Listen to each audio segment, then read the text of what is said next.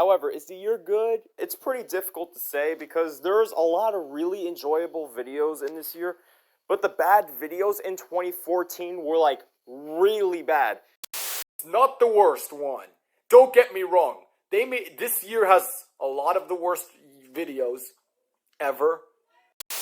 Provided through the means of the characters and their dynamics. R64 almost entirely relies on randomness humor as a crutch for everything, including its otherwise boring and forgettable ideas. 2014, oh god.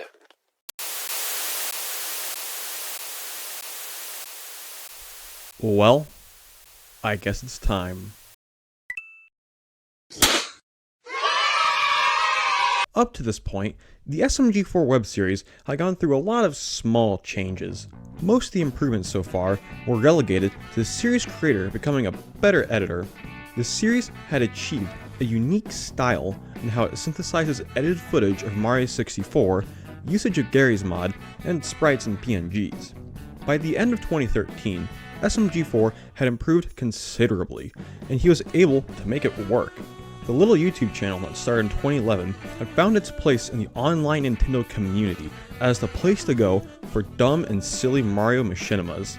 The channel started to grow fast and was well on its way to achieving 100,000 subscribers.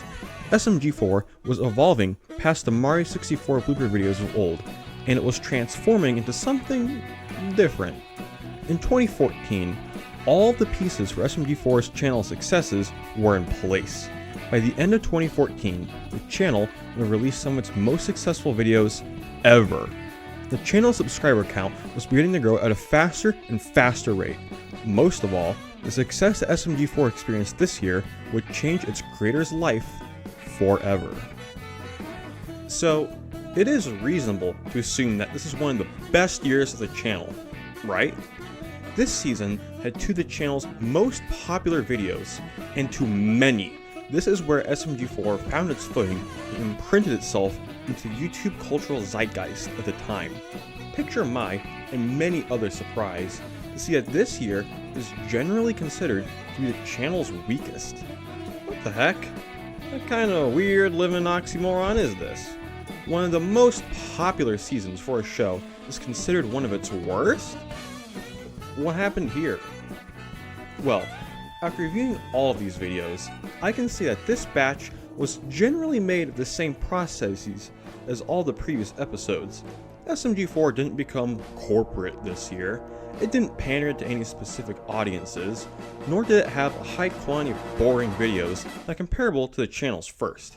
SMG4 was still being made for fun. These videos are dumb as hell, but a lot of time still went into their creation. I'll say that the 2014 videos probably spent more time in the oven than the videos released in previous years. The problem I have diagnosed that plagues these videos is a lack of refinement. Wait a minute, didn't I just say that the channel had improved after its creator had developed the skill to make the style work? Well, yes, that is true, but the videos made in 2014 have a subtle difference that makes them different from what came before. That difference is commitment. The previous 3 years were not trying to be anything other than what they were. The comedy and storylines were plucked straight from its creator's head. They were the equivalent of someone playing with toys. When you play with toys, you only have the ones you got. Of course you have the heroes, the returning villains, and the guest appearances that result from your friend joining you for the day. The videos made in this era placed its comedy and story second from the day-to-day joy of making the video, just like playing with toys. The 2014 SMG4 videos, on the other hand, acknowledge their distinct comedy and storytelling style. These videos know that they are stupid, and they try to be that. The 2014 episodes go all in on the chaos, but this chaos isn't controlled. This chaos allowed SMG4 to do things it never would have otherwise, but it also caused it to derail and crash from time to time too. A lot of the channel's staples were born out of this chaos, like the GNR miniseries, Sonic the Derphog, Pokemans, and Cooking with Bowser and Mario. this year sustained what was popular from previous years, like R64, Sen Monar, the Wacky Warrior Brothers miniseries, and fan favorite characters like Steve. The channel even kept making those weird music videos, for crying out loud. The 2014 videos committed to being dumb, chaotic parodies, and to some, that is what made them great, and to others is what made them insufferable. To those who disliked episodes made this season, it feels like these videos are being random for the sake of being random. There's little to no substance that can be found in them that even the videos of the previous 3 years had. This is why I asked my viewers what they thought of the 2014 SMG4 videos. My perspective alone does not truly capture the subtle changes and affectations of 2014 SMG4 that leave the fandom split to this day. So, I asked for a little help. I asked some of the viewers from my channel what they thought about 2014 SMG4, and the responses were pretty interesting. Dean Zero Rocks 316 thinks, as anticlimactic as they may be, they honestly think Season 4 is a bit down the middle, though more leaning towards the side of good. They think that the multiplication of insanity was better, with episodes like Hoot the Chomp Out, Cooking with Bowser in Mario 2, and Mario Simulator remaining all-time classics. They don't think it's the darkest season on average, with its jokes that title belonging to 2012 videos. They only think it's the most annoying, like the 2022 videos.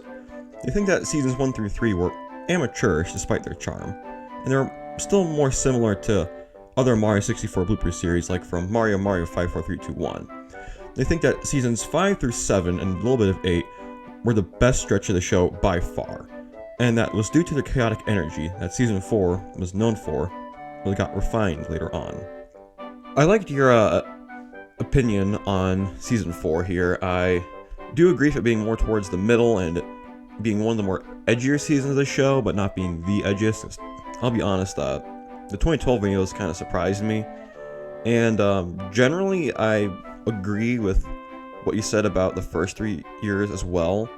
I do have some disagreements with the best stretch of the show being 5 through 8. I do really like that stretch, but I do think later on there's some good stuff. I do definitely agree with calling 2014 a bit of the growing pains era, and that this was a bit of a necessary step. Luke Vaughan says they consider 2014 to be the first significant shift for the channel. So much of what SMG4 is known for happened in 2014, and it mainly comes down to the change in humor, in addition to the editing continuing to improve. Luke, the creator of SMG4, started to incorporate a lot more wacky, batshit, insane, surreal humor into the videos, helping at being the dramatic increase of use of external voice clips and Gmod ragdolls to sell the more visually direction of the comedy, which is something they're more of a fan of. Around this time, there was a subsection of the fan base who thought that SMG4 started to fall off at this time because of those changes. Their only major criticism with the year being that most videos felt too short, with a lot of them clocking in between 4 to 8 minutes long. Your opinion you wrote down here is actually very similar to a lot of my own thoughts from when I just finished watching a lot of the 2014 videos. The only thing I do have to say is that with the short videos, those are both a good and bad thing depending on the type of video, because for a lot of those, some of those older videos, like, they definitely did overstay their welcome. And even though some of these newer ones are only like 5 minutes long, while I may not like that, I do think had they gone on longer, it would still start to drag. But yeah, I definitely agree with your opinion here. Pure Garbage Channel 4 through 8 likes SMG4 for videos that balance pure unbridled insanity with having plots. They didn't watch a lot of the 2014 videos, but they feel that they're in the minority because they don't like a lot of the R64 and R64-like episodes. I think that some of them are great, like Mario and the Spaghetti Factory and Mario Spaghetteria, but there's ones they didn't like the Dr. Mario one. I thought that a lot of the videos this year tried to be like Sen Monar without having the qualities that made Sen Monar what it was. Otherwise, they thought it was a really good year and had a lot of important introductions to different characters and miniseries. I find your perspective to be very interesting. I haven't seen a ton of people dislike the R64-like series, but there have been many that I've observed that definitely prefer SMG4 for its story-like qualities, and I definitely think you have a very unique opinion here. VHoy Gamer 8574 thinks that 2014 was good. I mean, fair enough. Slashy Boy thinks that 2014 definitely has some overrated videos. They watched most of them and quite surprised by how they found any of it funny as a child, as they thought that most jokes were overused and had nothing to do with the plot. I think it would be funny, but when those jokes become 90% of the episodes, it becomes hard to watch, which is a shame because there's a lot of videos in the year that consider to be some of the best, like Spells and Wistars and others. Another thing I didn't like this year were the reuse of old plots, and just goes to show how they're putting out quantity over quality at moments. But it could be excused since the creator was still a teenager at this time and was trying to recapture what made 2013 a good year. So this year definitely built the viewership and let everyone enjoy what they believe to be the channel's golden years from 2015 to 2019. I definitely had a similar experience with you, experiencing a lot of 2014 videos, because I definitely had the impression of 2014 being like this massive leap in quality and being one of the better years, when I feel it's a little more complex than what I initially thought and was expecting it to be, and the year definitely still had some absolute highlights that hold up really well today. One Nobel Prize says that they only watched a handful of 2014 SMG4 videos, but even then they loved it. They're a sucker for dark humor, and a lot of those videos made them laugh or at least put a smile on your face. YouTube's TOS at the time was a lot more lenient, and there really wasn't anything holding SMG4 back.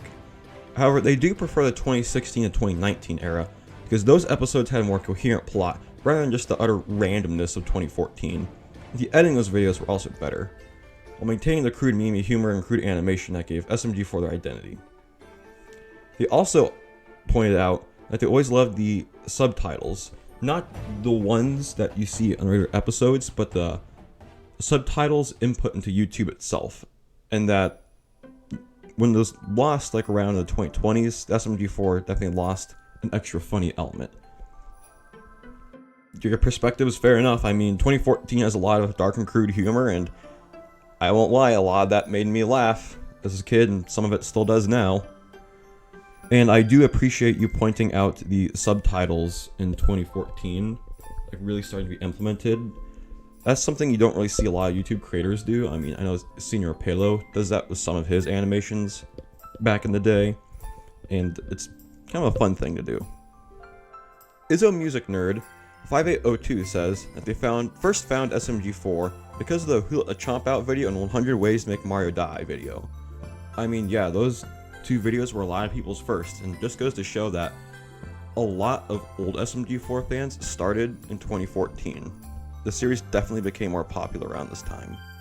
Wolf Potter 5858 says that most they can say about SMG4 is that to show that seemed like it would only really be relevant in that specific era of the internet, and to many people it still is.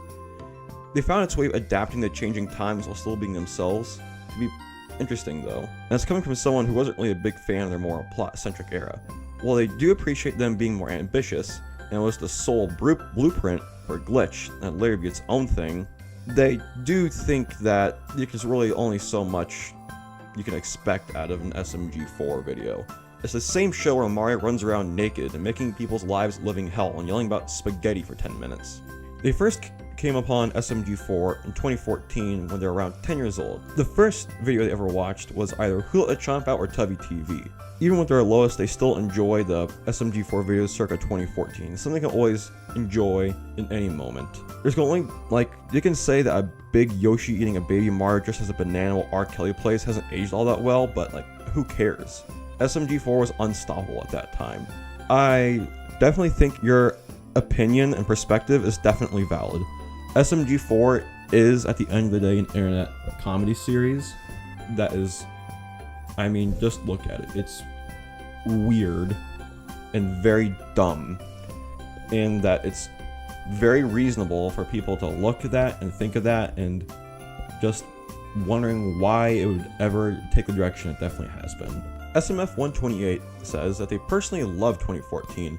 They find the humor to be really funny. Well, somewhat outdated, but that's a lot of pre-2017 videos. And you love how fast-paced everything it is. It had some amazing videos, and it really feels like Luke realized the style of videos he wanted to make and was just having fun making the dumbest stuff possible, which is what they love about early SMG4 in general. But there's someone who loves fast-paced humor and stupid humor, and they can understand how people may dislike it compared to other years. They like 2016 or early 2019 too. I mean, yeah, that's a pretty common and fair opinion I've seen a lot of people have. SMG4 is it's what it is, and a lot of people latch on and like to that. So yeah, I definitely agree with a lot of your opinions there. Wildlord 4SSB says that they're not well versed in 2014 SMG4.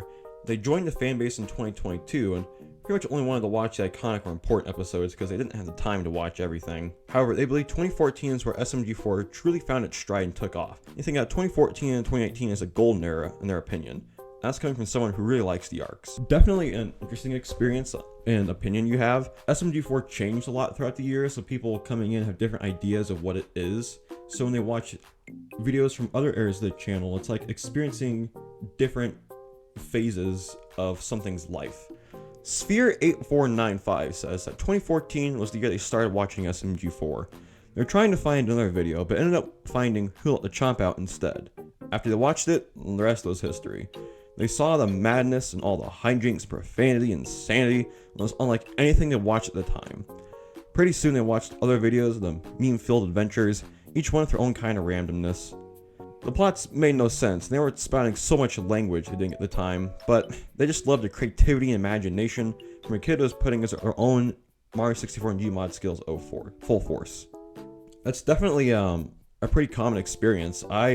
The first SMG4 video I watched was in 2016, and I came upon it by accident, and the first experience I had was very similar to yours, by just being taken aback by how creative and insane and profane it was. It's definitely a very fun time. And finally, we have Dan O'Mation.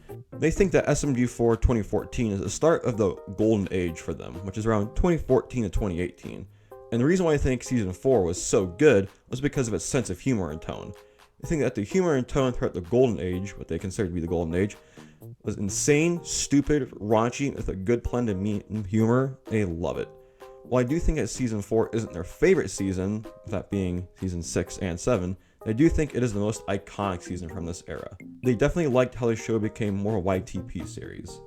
I do like how I pointed out how 2014 definitely had a lot of some of the most iconic videos. A lot of that is due to some of the most popular videos from SMG4 coming around this time. And I do think your opinion about it being the golden age for its insane, stupid, raunchy humor is a valid one. I mean, it's a very distinct style of humor that did change a little bit as it went on, and that style of humor never fully came back. So it's something that you can only really get in small doses. On my timeline that I created, 2014 is when SMG4 left what I call the blooper era, and onto the late classic era. The episodes made in this time still feel more like the sum of its parts than the post-2017 stuff. However, the 2014 videos specifically had some growing pains that needed to be ironed out. Some of the plot synopses I will give might sound incoherent and random. This is because these 2014 videos have the growing pains of figuring out a new style. The late classic era is defined by its consistent high-quality internet comedy that encompasses the insane plots of the videos themselves. As SMG4 progresses throughout the late classic era, we see its quality continuously improve until the era's conclusion. For now though, let's travel back to 2014 to see what made SMG4 so popular. Mario, lead the way and take us across this journey. The first episode for the year is an odd one. This episode focuses on IROC, the boss fight from the Mario 64 stage, Shifting Sandland. Each hand on IROC has its own personality. The right hand is a complete idiot who acts on first impulse, and the left hand is the straight man character. Each character speaks broken English and has the same color for the subtitles. This makes reading the dialogue for the episode harder than it needs to be, and by consequence, makes both characters feel samey.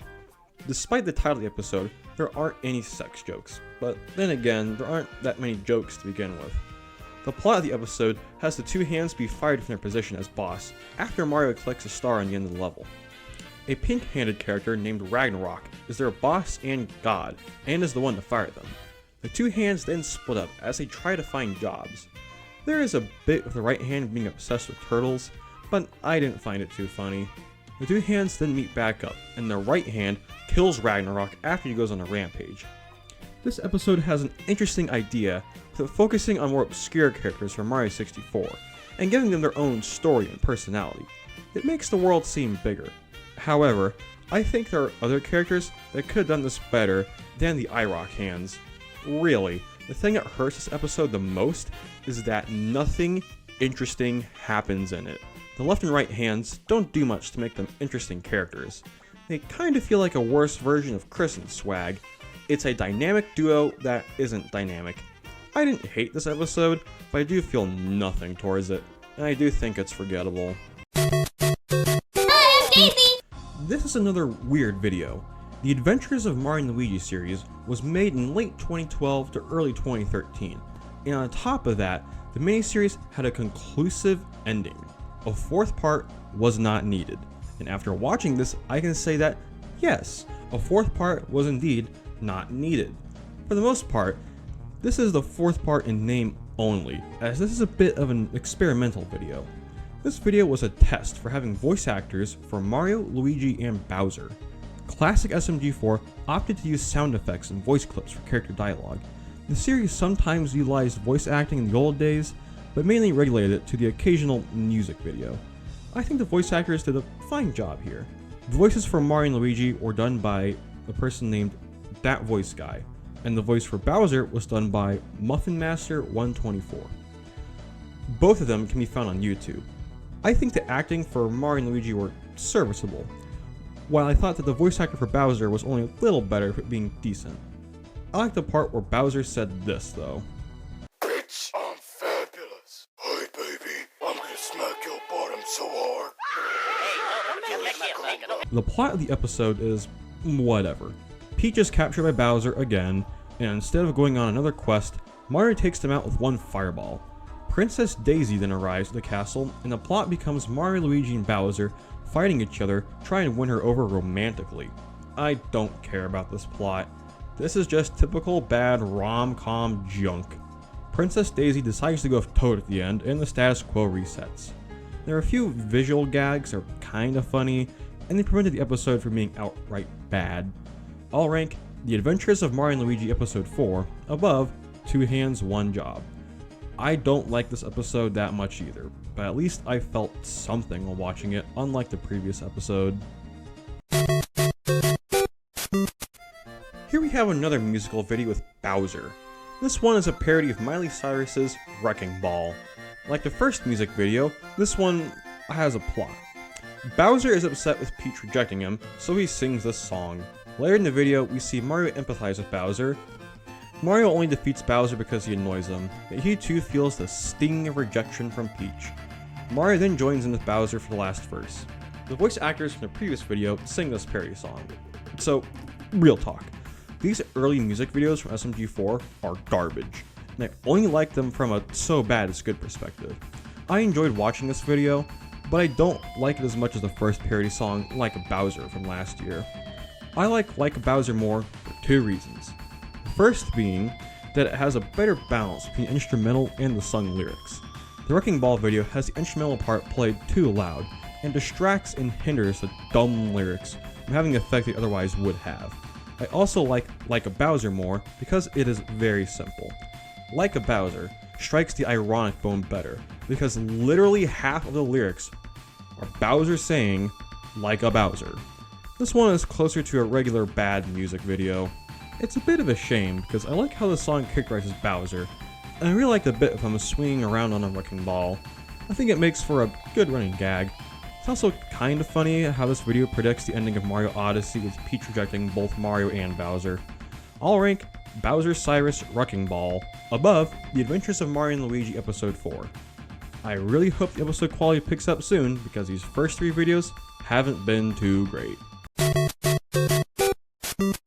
Is a tutorial on how to make a Super Mario 64 blooper SMG4 styled Except, not really. This video has SMG4 show us what he does to make his blooper videos, and weirdly enough, it kind of holds up all these years later. In this video, 4 guides us towards using Project 64 to play Mario 64, and using Sony Vegas to edit the videos. Project 64 is still used today, and I'd even recommend that to use if you want to make your own blooper video. It's nice to use because you can use it for cool mods like Mario 64 Co-op. SMG4 recommending Sony Vegas is really funny to me because not only did the channel continue using it years down the line, but there are other content creators that still use it to this day. Sony Vegas isn't even that good, but I guess it's easy to legally download. This video has 4 pal around with Mario, Toad, X, and Steve. Mario is the least crazy one this episode, which is a first. Steve is how he always is and doesn't give any good advice. There's a bit of X calling for Wizard, which is random. Lastly, Toad is just loud and screaming throughout the whole video, begging for attention. I hope his character doesn't stay like this going forward. I don't know. I guess I like this one. I'll rank how to make a blooper, according to SMG4, above Bowser's Cyrus Wrecking Ball. Maybe I can follow the advice of this video and make my own blooper video. This video should not be ranked, but I am sticking to my word when I say every SMG4 video. This video is the announcement of the first merch store for SMG4. It's really weird how a merch store for the series opened up this early. The creator of SMG4, Luke Richigel, was still only a teenager when the stores opened. I guess that's the power of the internet? Anyways, this video and the titular merch store lean into edgy humor. The video acknowledges this with how it announces the opening of the store. The video has a toad come across the store, and its mom bans him from using the computer after seeing it is literally titled after a candy man that also happens to have a picture of a Teletubby on it. I guess that's the power of the internet. It's around this time the series also begins to recognize that it is very stupid, and it leans into that concept a lot with this video. The merch itself consists of just t-shirts. There's a shirt for the police officer, the Wizard Rock, Old Man Hobo, and somehow even Steve? I'll rank this video above Bowser Cyrus Wrecking Ball, but below how to make a blooper according to SMG4. I don't know how and why SMG4 was able to sell a shirt with Steve on it.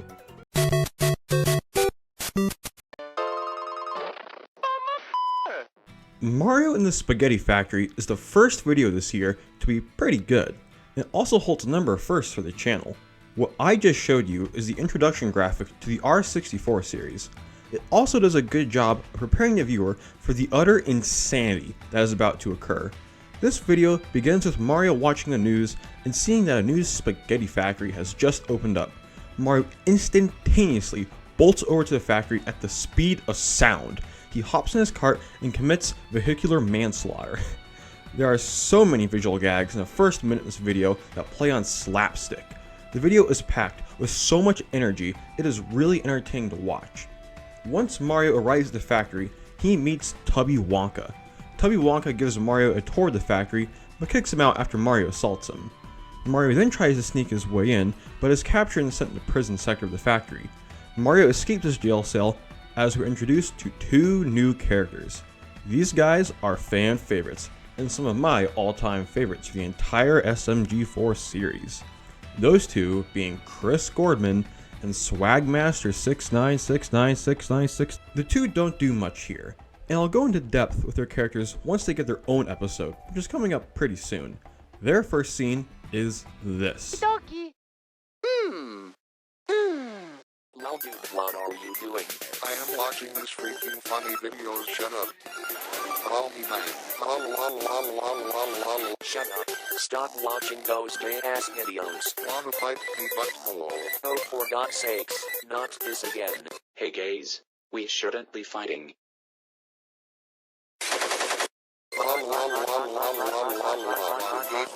The entire factory is full of the guards from the game GoldenEye 007. After Mario makes his way back to the production line, he sees something terrifying. Tubby Wonka makes spaghetti using Tubby custard. This horrifies Mario, who then shoves Tubby Wonka into the machine as the entire factory explodes, ending the episode. This R64 does what few others do, and that is world building. The Spaghetti Factory is a recurring location in the SMG4 series, and it lends weight in many future episodes. I will say that the factory is visually unappealing, and that it forces the comedy and characters to compensate to make for an interesting video. I'll rank R64, Mario and the Spaghetti Factory above How to Make a Blooper. This is easily the best so far. I actually like this one quite a bit. Grand return of the Mario Recolors star X and FM in their own episode. This episode takes a different approach to their characters. Instead of having X be a zombie hunter and FM being someone who fights a lot, this episode interprets them as ordinary everyday people. I like this change. Their previous professions haven't been present since 2011. I think having them be average Joes is a more interesting direction to take them in. The plot begins with FM running towards X's house as he tries to evade the gaze from the old man. FM then gets the help from X in a search for a new job and house. In X's house, we also meet a new character, Ben. Ben is a simple character that is a degenerate and acts stupid. I mean, just look at his character design. What even is that? The trio then go through a series of wacky shenanigans as they try to solve FM's problem. The episode ends with Ben locking X and FM out of X's house. FM charges way in and beats the crap out of Ben. However, he gets trapped in the old man's lawn as the two get married. I've heard conflicting things with this episode, but I actually liked it. X and FM have a good dynamic, with X being chill and FM being rambunctious. There are a few gags that carry their way through the series too. A few examples being FM's love of beans and the solidification of X and FM being two peas in a pod. It's rare for the two to be separate from each other going forward. This episode has some funny moments, but I like the character dynamics the most. I'll rank Two Great Friends above How to Make a Blooper, but below R64 The Spaghetti Factory. This episode isn't amazing, but I do think it is underrated. SMG4 is arrested as he is accused of murdering a Goomba. In the courtroom, we see Mario take his defense, while Waluigi acts as the prosecutor.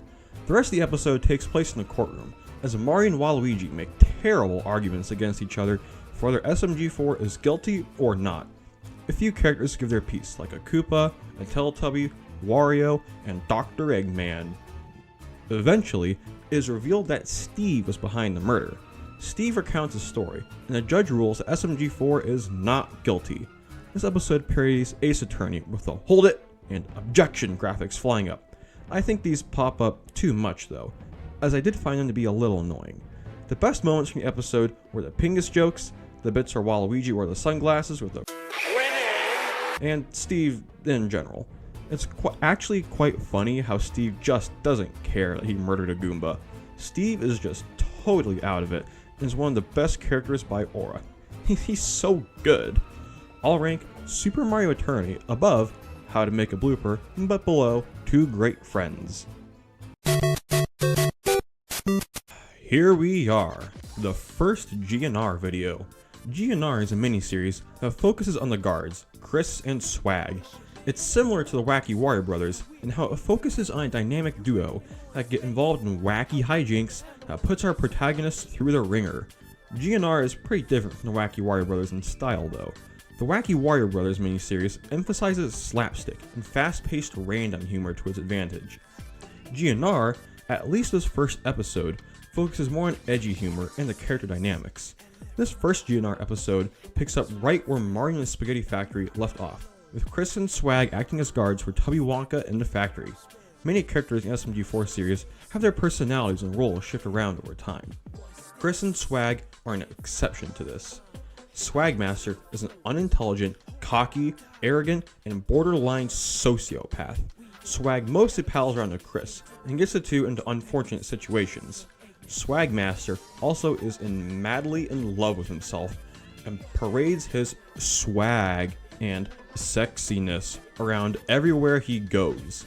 Deep down, Swagmaster does care about his friends and can be resourceful when he needs to be. Chris is the yin to Swagmaster's yang. Chris is generally intelligent, pragmatic, and emotionally grounded. Like other duos in the SMG4 series, Chris is the straight man to Swag Master's insanity. Chris is a chill, good guy who happens to be paired with the stupidest people alive. This causes him to resent his life and job, which lends to some funny moments. Swag Master is seen as the funnier two, but I think he really needs Chris to work as a character. You can throw these two into any situation, and it will always be comedy gold. With all that out of the way, the plot for this episode was good. Swag is the new recruit at the Spaghetti Factory, and he and Chris have to deal with an intruder, that being the Butt Ninja. While trying to stop the intruder, we are also introduced to Admiral Greg. Greg is the guard's boss, but he is generally incompetent and an idiot like Swag, although to a lesser extent. The guards fail to capture the Butt Ninja and finish off their first day of work together. This episode had some unfunny, edgy humor that's very dated nowadays, and it does weigh down my enjoyment of the episode. I didn't find the text-to-speech to be too annoying, but I prefer when there's more auditory variety, like in the standard SMG4 blooper video. I enjoyed the plot and character dynamics though. I'll rank GNR the Butt Ninja above Super Mario Attorney, but below Two Great Friends. This is about what I was expecting for SMG4's first Pokemon related video. The SMG4 series has a few parody episodes on Pokemon. While I don't think any of them are too great, they do vary in quality. This first one is just a typical parody that was all too common in the early 2010s. It feels inspired by Smosh's parodies of Pokemon. In fact, I think this is the first SMG4 video that deserves to be subject to a critique from a friend of mine. May I introduce you to... Nicky Nick's Nitty Picks. Hello, yes, it is I, Nick. This video is unremarkable in how it is content to limit its comedy towards the most expected joke possible. For example, observe the ingenious joke that Mario comes up with when he has to name his rival. In this video's brilliance, Mario decides to name his rival Dix. Thank you, Nick. I found the editing to be charming in the video, but the plot and comedy is typical for a mediocre Pokemon parody in 2014. The only joke that worked for me was Mario using Luigi as his Pokemon. I'll rank Welcome to Pokemans above How to Make a Blooper, but below Super Mario Attorney. SMG4 did it. The channel finally reached 100,000 subscribers. It only took the channel about 3 years to hit this milestone. For this special occasion, we see SMG4 hold a Q&A for us. Luke voices SMG4 here, as he answers submitted questions from a comment section. The way he answers the questions here makes me believe that this is the part of what inspired him to include fan challenges for the War of the Fat Italian series. Twice throughout the video, 4 is interrupted by Toad as the Senmodnar sections occur. Steve stole a lot of the screen time here, and a dinosaur bit with him. Although that joke was reused from a previous Senmodnar. The other segments were still solid. I like the part where 4 had to choose between Teletubbies and a gay person, so he chose gay Teletubbies. What holds this video back for me is the pacing. I think the pacing is too fast here and doesn't allow the jokes to breathe. Having lightning fast pacing works well in R64, but I think Senmodnars work better when there's more variety of the pacing between the segments. The video ends with a musical number sung by Mario, Luigi, and SMG4. Mario and Luigi sing a parody of Party Rock Anthem, while 4 unenthusiastically sings We Did It from Dora. I get that this is still the early days of SMG4, and that Luke was still only a teenager, but I thought you could have put more effort into speaking. It's still not a big deal though. The audio balance is a little odd here. I feel that the music is a little too loud. Okay, I'm nitpicking now.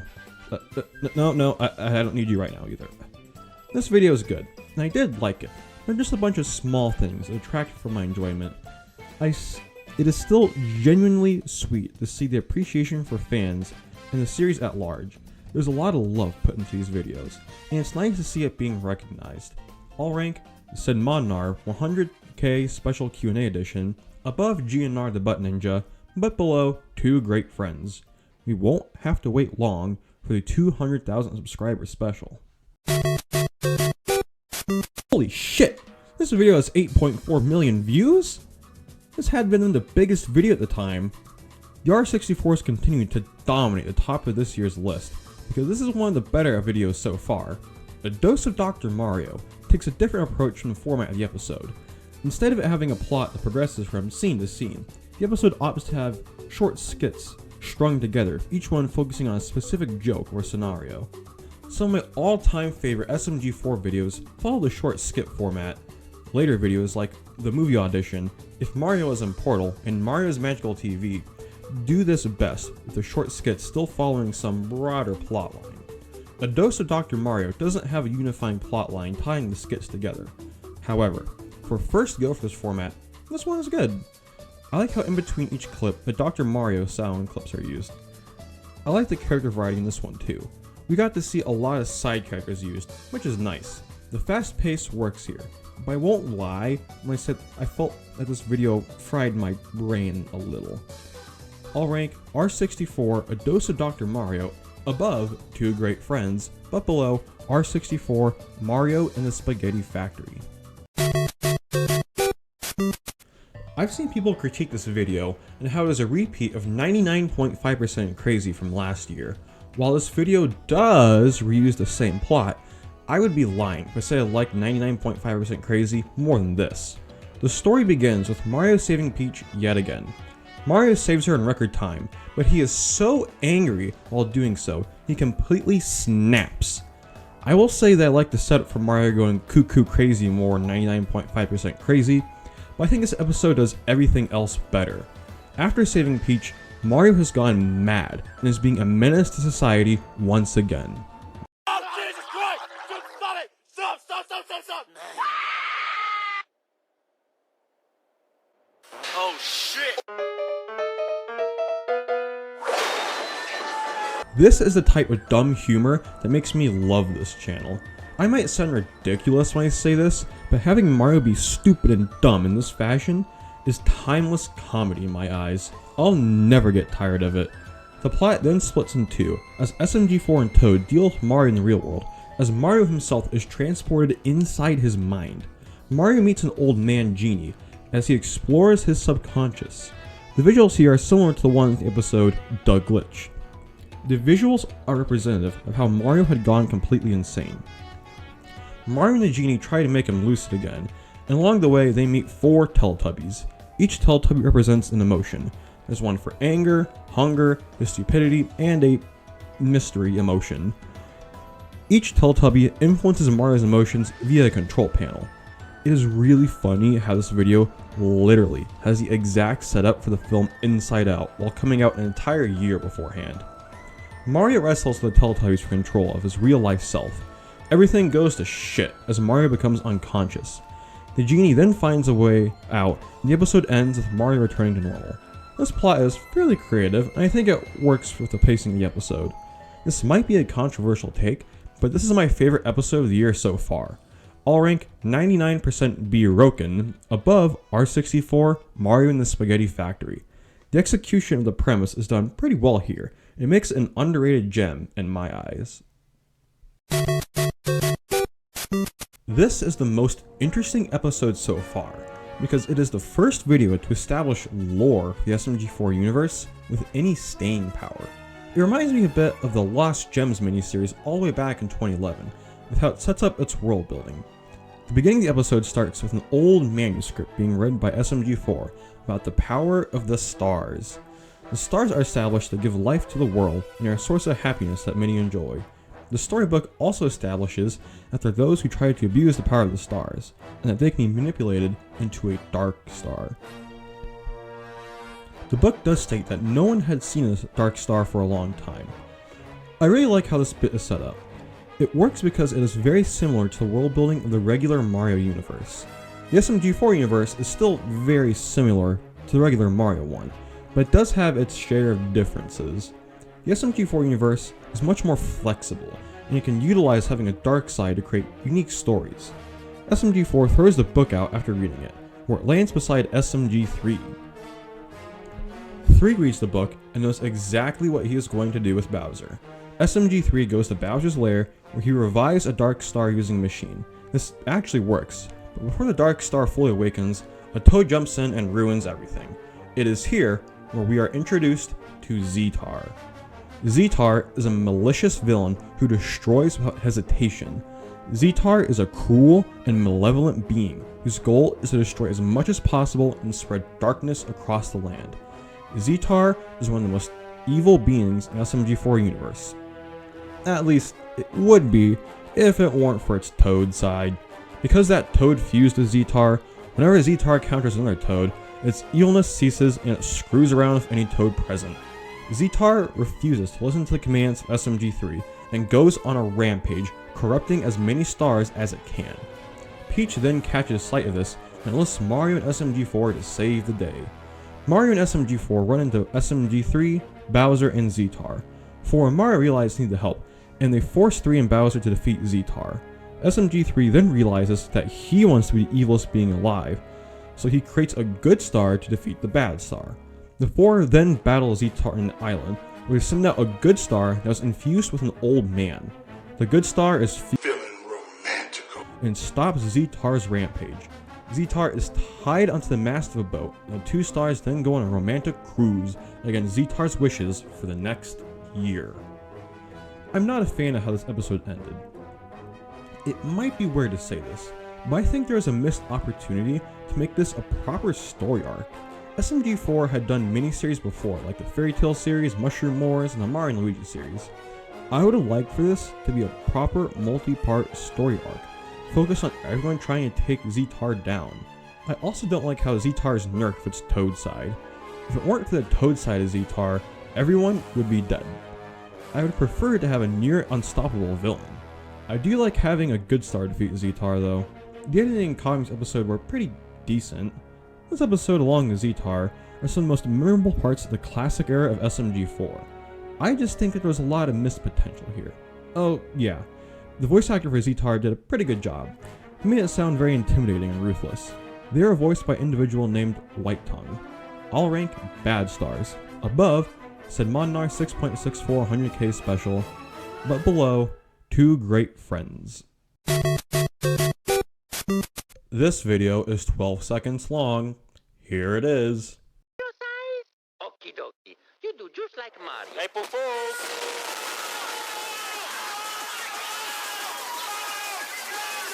I'm not giving you a thorough analysis of that. I liked it for what it was. All rank April Fools, above Welcome to Pokemans, but below Super Mario Attorney. Okay, so a lot of things happen in these 7 minutes. The plot begins with Chris and Swag guarding the office of a new character, Sergeant Mark. Sergeant Mark is their boss, and he is similar to Benson from regular show. He doesn't care about what others do as long as they do their job. If they don't, then he goes ballistic. Sergeant Mark only really appears in the GNR videos, similar to Admiral Greg.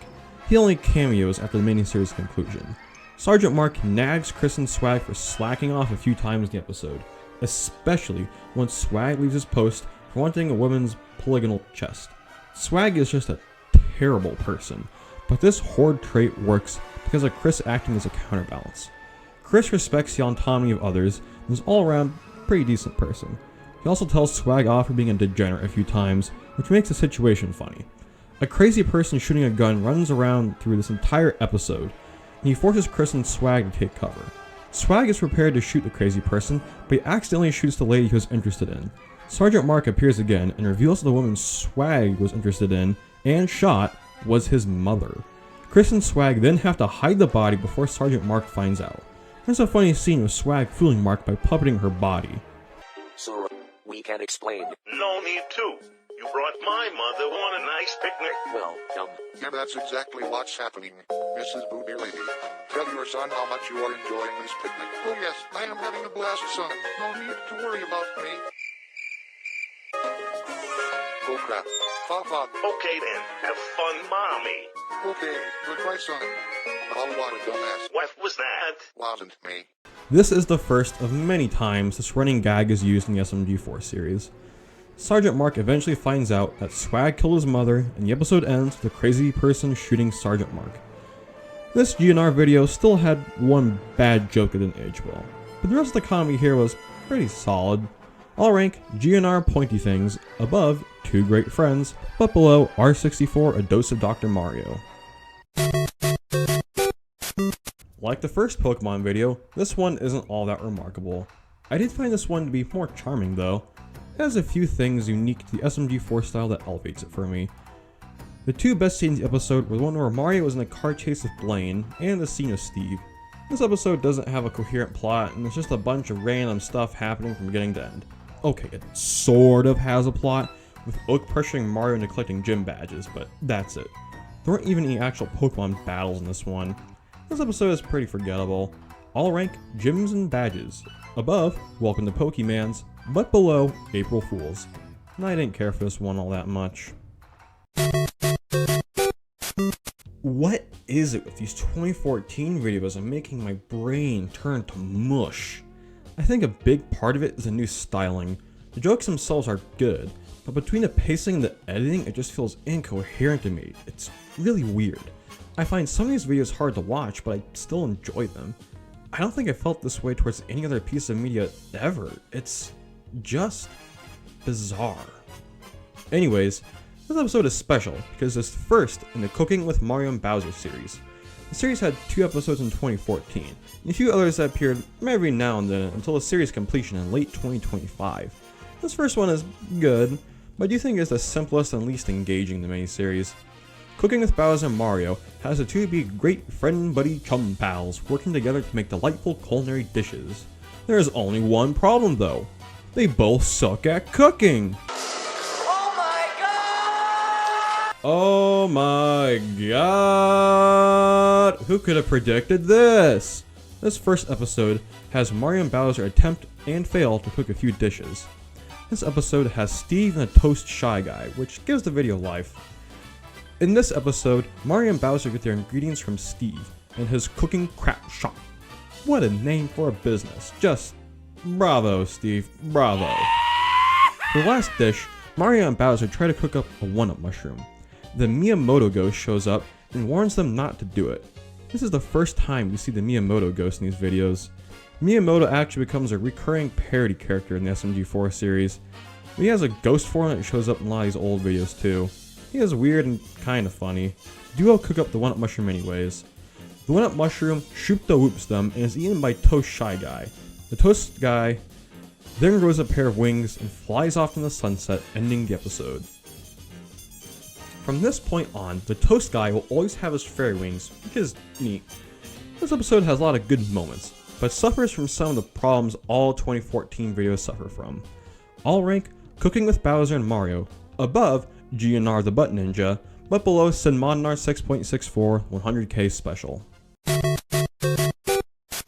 Because of the styling of the Wacky Warrior Brothers series, I think it evades the problems other 2014 videos suffer from. These videos tell their story and execute their comedy without words, and utilize slapstick to their advantage. It could also be that this one is just done better than other 2014 videos, and there's to say. This one is good. I don't like it as much as the previous Wacky Warrior Brothers episode, Treasure Hunting Time, but I still think it is pretty solid. The episode begins with Wario and Waluigi illegally lounging around and trespassing into a Toad's house. Waluigi annoys Wario with a rubber ducky the whole episode, and it's really wholesome. The duo are kicked out by Mario though, as Wario finds a lottery ticket on the ground. The two brothers then see the ticket has a winning number on it, so they go redeem it as fast as possible. All the Warrior Brothers want in this miniseries is money, and I like the consistency. The two get into a fight with Sonic and Kirby as the brothers lose their ticket as Kirby eats it, while Luigi manages to get Kirby to spit a bunch of stuff out, but he only retrieves his rubber ducky and not the winning ticket. The two brothers then decide to barge in and take the money by force as the episode ends. I really like Wario and Waluigi's dynamic here. The two are greedy assholes who want money, but their brotherly dynamic adds a very nice layer to the characters. All rank, the Wacky Warrior Brothers winning ticket, above R64 A Dose of Dr. Mario, but below R64 Mario and the Spaghetti Factory. This episode is an iconic SMG4 classic, and it's the first SMG4 videos in retrospective that I have a lot of nostalgia for, that I also happen to like. Mario Simulator is a video about Mario playing a game that focuses on what the day-to-day experiences of Mario is like. It's a weird yet creative concept for video that I haven't seen many other web series or TV shows do. This video, like A Dose of Dr. Mario, is a collection of skits in rapid succession. Mario Simulator has Mario doing different video game and regular human things, with video game UI and button prompts for each action. doing today? In the episode, we also see Luigi, Wario, and Toad simulator bits, which are all pretty funny.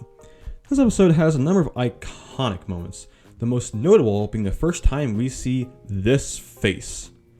This stupid Mario Gmod face is synonymous with SMG4, and it is this same face that got millions to laugh at this stupid crap. 2014 SMG4 is when the Gmod usage really begins to be amped up, and we will be seeing more and more of Mario looking like this going forward. We also see other iconic moments like the Goomba Diabetes bit, the princess being captured, and Mario being jealous of the swag Teletubby. The episode ends with Mario dying for a third time while taking a dump on the toilet. So the real Mario gets angry as he turns Super Saiyan and throws the game cartridge into the sun. I'm going to be honest, even though the editing style of this video wasn't to my liking, this is my favorite SMG4 episode so far. It's so creative, and it fully embraces the wacky and zany energy of a silly concept like this that it soars. This video also is a great time capsule of the culture of 2014 in respect to swag and gaming. Mario Simulator is not my favorite old SMG4 video, not even close. Yet it has so many fun qualities that I can't help but love it. I'll rank R64 Mario Simulator above 99% broken. If you want to check out the old SMG4, this is one of the highlights. 360 now, let's go! Oh god, my brain. It's happening again. It's melting. This episode sucked the life out of my soul, which is odd because the video didn't start out that bad. The plot for this episode is Mario being annoyed at the Toads being loud and obnoxious all the time, so he decides to assassinate one or two of them. Mario tries and fails to do this with the help of Luigi and Steve. There were a few funny bits in the episode, but they didn't matter because there was just so much noise here. Ugh, my brain. There are plot points occurring in the episode that took me a second longer to process because shit just happens for no rhyme or reason. I wouldn't dislike this episode so much if I wasn't watching all these SMG4 videos in succession, but this one still hurt me, okay? Here, look at this clip right here.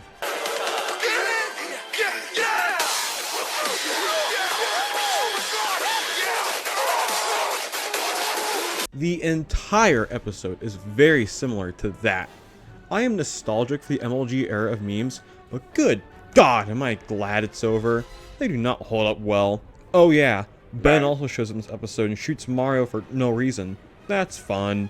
The episode ends with Mario not even assassinating any Toads.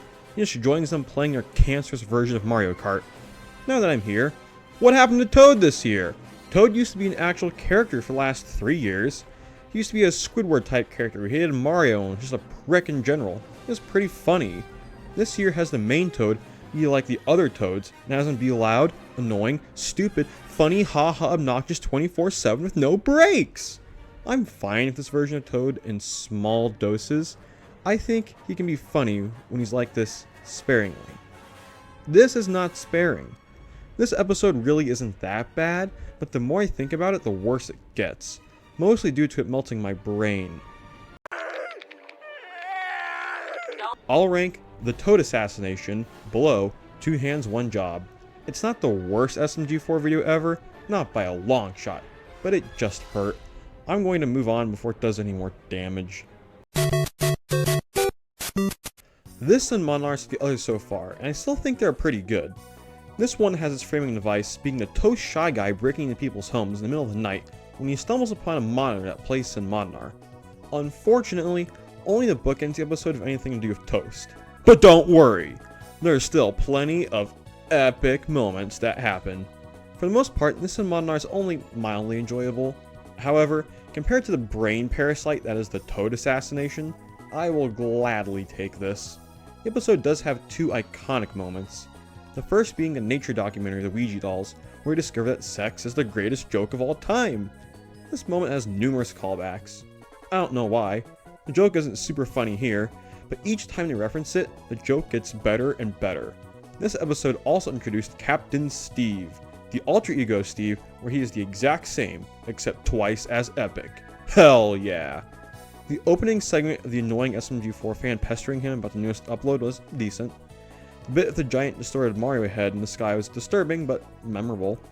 All rank, said Modern R7 Toast Edition, above the Wacky Warrior Brothers The Winning Ticket, but below R64 Mario in the Spaghetti Factory. This is another music video, and while I still think the old SMG4 songs are garbaggio, I found this one to be charming. As the title suggests, this video has Mario singing a remix of Bomb on Battlefield. The original remix was done by Nighthawk919, and the voice acting is performed by that voice guy. The song has Mario sing about all the things he does and why he is number one. Eventually, Wario, Waluigi, and Luigi join in, and the four of them sing about why they are number one.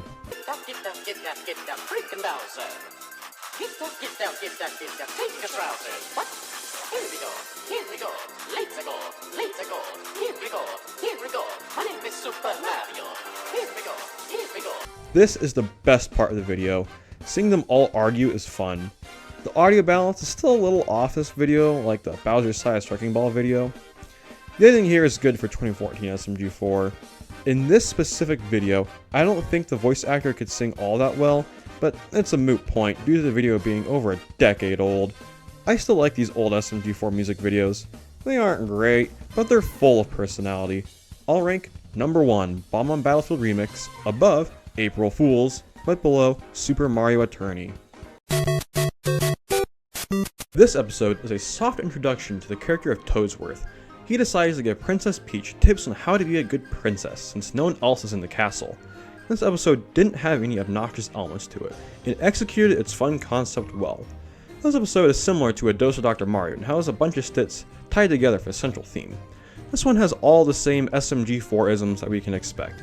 The episode puts a dumb and stupid twist to all the lessons Toadsworth tries to teach, and all goes wrong. A few notable segments include the one with Steve, the bit where Toadsworth dresses up as a princess and is kidnapped by Bowser, the bit where Peach is tied to train tracks and Luigi saves her, and the I'm not your daddy bit. I'm not your daddy, I'm your grandpa. I'm not your daddy, I'm your grandpa. I'm not your daddy, I'm your grandpa. I'm not your daddy. This episode does a good job introducing Toadsworth as a character. Everything we see of him here stays consistent, and his weird quirks make for a good side character. The I'm not your daddy, I'm your grandpa bit is hilarious and iconic. Future episodes reuse some of Toadsworth's jokes, and they all work for what they are. Peach herself was pretty good in this episode. She is depicted as a little more dumb and incompetent as normal, but it makes for a good dynamic with Toadsworth. Peach doesn't receive much focus in this series. Whenever she does appear, it isn't always the best. She is pretty enjoyable in this episode, which is nice. I'll rank Toadsworth's How to Princess, above the Wacky Warrior Brothers Winning Ticket, but below said Modern R7 Toast Edition.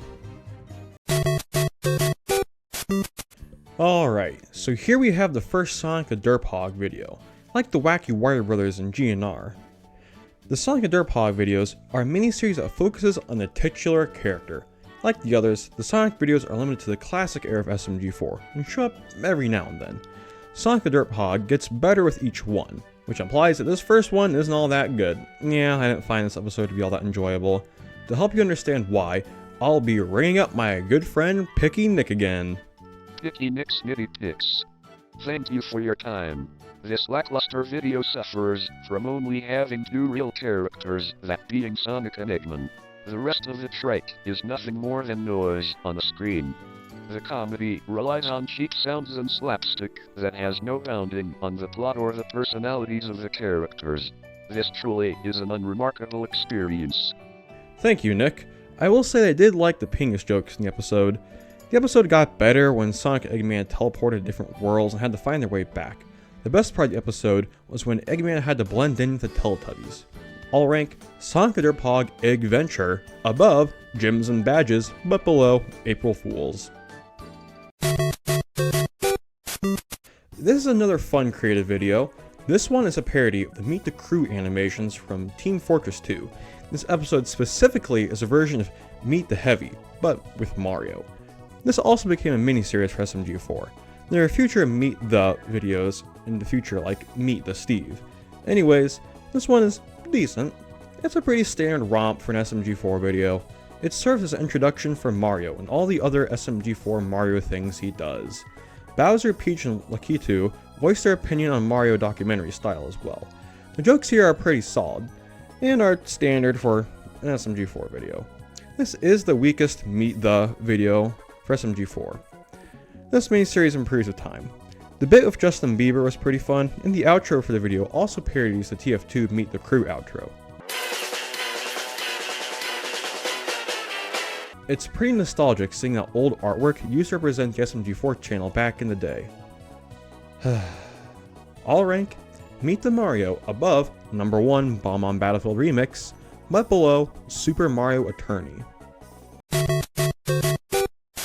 This is the very first SMG4 video to reach over 10 million views. Is this video that much better than the others? No, not really. In my opinion, this is a pretty average classic SMG4 video. I've seen many people say that this is just a worse version of a 2013 video, that being A Fungus Among Us. I can see where they are coming from. This episode is a little different. The plot of the Toad episode plays off his personality, and how he could mass a Toad army to take over the world. Boil the Big Bully is more of an infestation plot. The story begins with Toad accidentally attracting a bunch of bullies in from eating cookies, and all hell breaks loose as the bullies destroy the castle. It is up to Mario and SMG4 to save the day. This is the first Mario and SMG4 plot for the year, which is strange since these were super common for a while. Mario and 4 disguise themselves and try to chase the bullies out. 4 tries to get the help from Bowser, but he ends up doing nothing and getting thrown out like Steve. Mario meets the boss of the bullies and gets into a fight with him. The battle is the best part of the episode. Mario defeats the bullies with the power of the Flab, and SMG4 lures the rest into lava by holding a cookie over a pit of lava. Most of the jokes here are childish. While this does make the episode a little endearing, it isn't funny, nor does it have the editing style to make the childish humor special like how it was in 2011. It's weird how this was the episode of all episodes, to be the first to cross the 10 million views, but what are you gonna do? All rank, Boil the Big Bully, above Meet the Mario, but below Super Mario Attorney. The episode was enjoyable, but pretty average and forgettable, which is odd for a video with so many views. This is my favorite GNR episode so far, and it's the first one that I think is pretty good. This episode begins with Chris and Swag being promoted from the spaghetti factory into the prison. In the prison, we have a bunch of gags with Chris and Swag dealing with different inmates. There are a lot of funny bits that come and go rapid fire with the inmates. The bits with the old lady, Mario, Luigi, the old man, and the Teletubby were all good. Chris and Swag end up having multiple prisoners die during their watch, so Swag gives Chris a lesson. Here we have Swag deal with a prisoner named Gavin, and the scene with them in the bathroom is great. It's one of the funniest scenes in the series so far. Sergeant Mark gets pissed and forces them to do their job after the bathroom scene. Chris and Swag notice that one of the prisoners actually goes missing, and Swag actually has to focus for once to catch him. This prisoner, of course, is Steve. Steve escapes the building and steals Luigi's car, where he drives back into the building for some reason. Swag shoots him, but Steve gets a power star and flies out the roof. The episode ends with Chris and Swag realizing that they're going to be fired, so they decide to draw Pingus on Sergeant Mark's desk. This one is really fun. I didn't love GNR as a series as much as I wanted to, but it's starting to pick up with this episode. All rank GNR Prisoners, above said Modern R7, but below R64 Mario and the Spaghetti Factory. Wow, this episode is great. At least it would be, if it weren't for a few edgy jokes that were terrible. If you know old SMG4, then you know what I'm talking about. Besides that, this one has a good plot and is pretty funny. The episode is about Peach bugging Mario to become a traveling salesman that sells spaghetti in order to raise money. Peach needs money because Mario spent it all on spaghetti. It is here that we see our first Mario Mobile. It is a van Mario drives around in. There's a hat and mustache attached to it.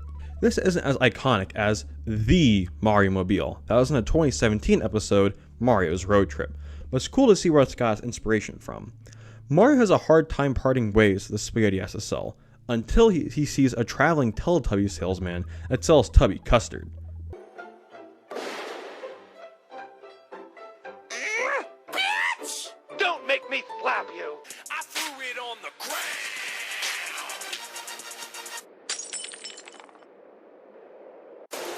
I'm going to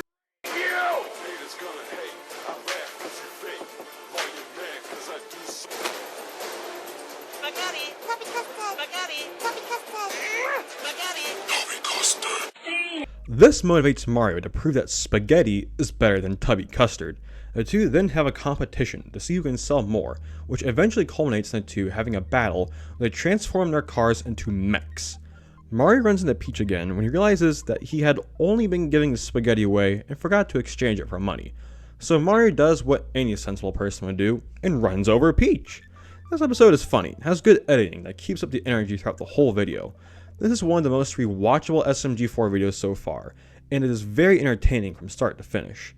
I'll rank R64 Mario's Spaghetti Delivery above 99% Broken, but below R64 Mario Simulator. Do you see this swag?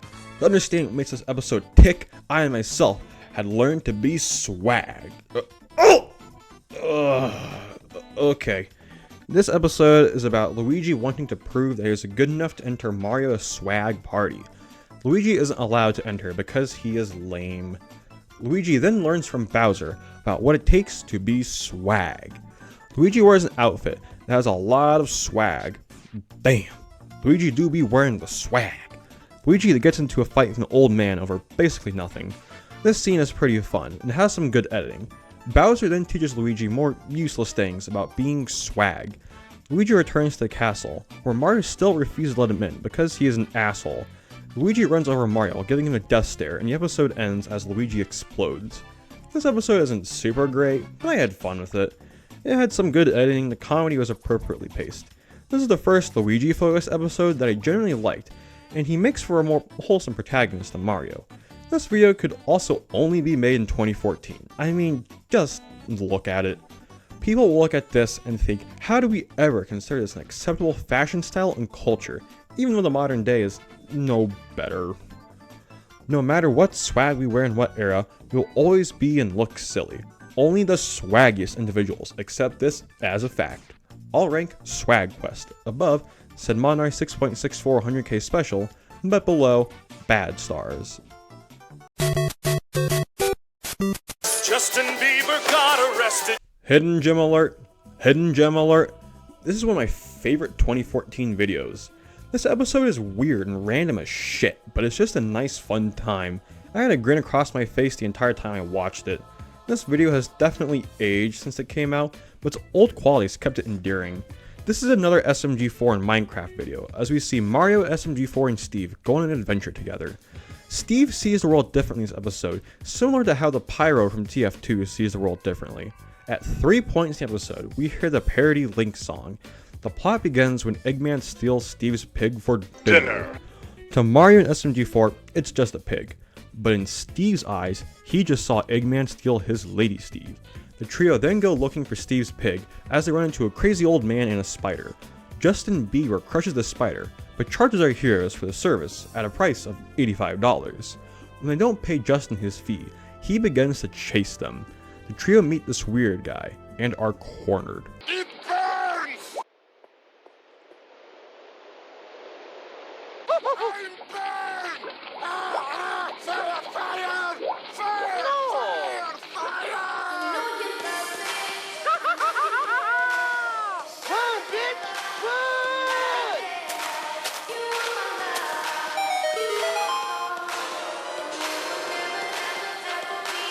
Just shut the fuck up! That is terrifying.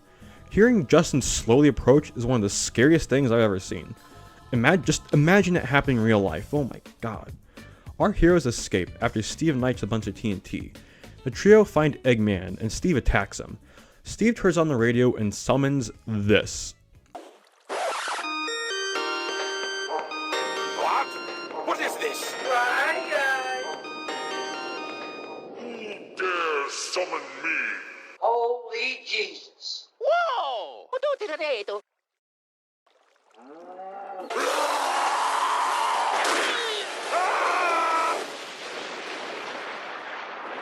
Yeah. Let that be a lesson to you. Eggman dies as Steve is reunited with his pig. The episode ends with the Link song being played one more time. This is a very lovely old SMG4 video.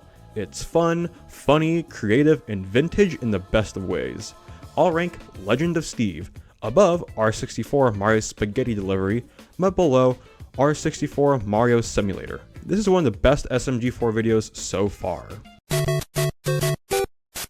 Oh, it's another one of these episodes. The plot of this episode isn't coherent and the humor isn't good. Maybe I would have found this funny back in 2014, or maybe not. I don't know. What I do know is I don't like this now. This episode is like the Toad assassination, in which things just happen. I didn't find this episode to be as irritating as the Toad assassination though.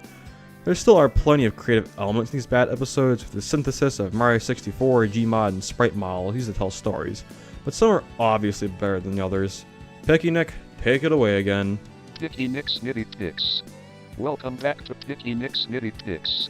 This episode mainly uses sound effects to tell the story. While this creative style is used very effectively in later videos, here it is merely noise plastered about in substitution of actual comedy. The limited use of dialogue makes me yearn for when jokes are told via text.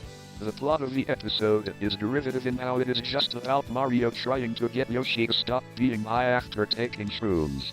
This video is tired and is evident of immature creation. Thank you, Nick. I'll rank Yoshrooms above the Toad assassinations, but below 2 hands, 1 job. When people think about what the Cooking with Bowser and Mario series was like back in the day, there's a good chance they're thinking about the sequel and not the original. Cooking with Bowser and Mario 2 is a direct follow-up after the kitchen blew up in the last episode. This time, you have Mario and Bowser cook dishes inside a restaurant. Like the previous cooking episode, the two of them cook random dishes that shouldn't be edible. The comedy here is like the previous episode, and it is like all the other 2014 SMG4 episodes. It doesn't really tickle my funny bone all that much, and it is random for the sake of being random, without much of a punchline other than things going wrong. I will say there were some funny gags with the first dish that were pretty good. The part where we see Heavy run along with a sandwich on a stick in front of him was funny. This is also Heavy's first appearance, which is neat. For the most part, I thought this episode was just okay, like its predecessor. That is, until the finale. The last dish of the episode is also what makes people remember this episode. We see a Tubby chef arrive and prepare to cook Tubby custard with the help from Mr. White. Mario peers behind the curtain and sees that weed is used in the creation of Tubby custard. Mario decides to spice up the recipe with a mushroom, and then this happens.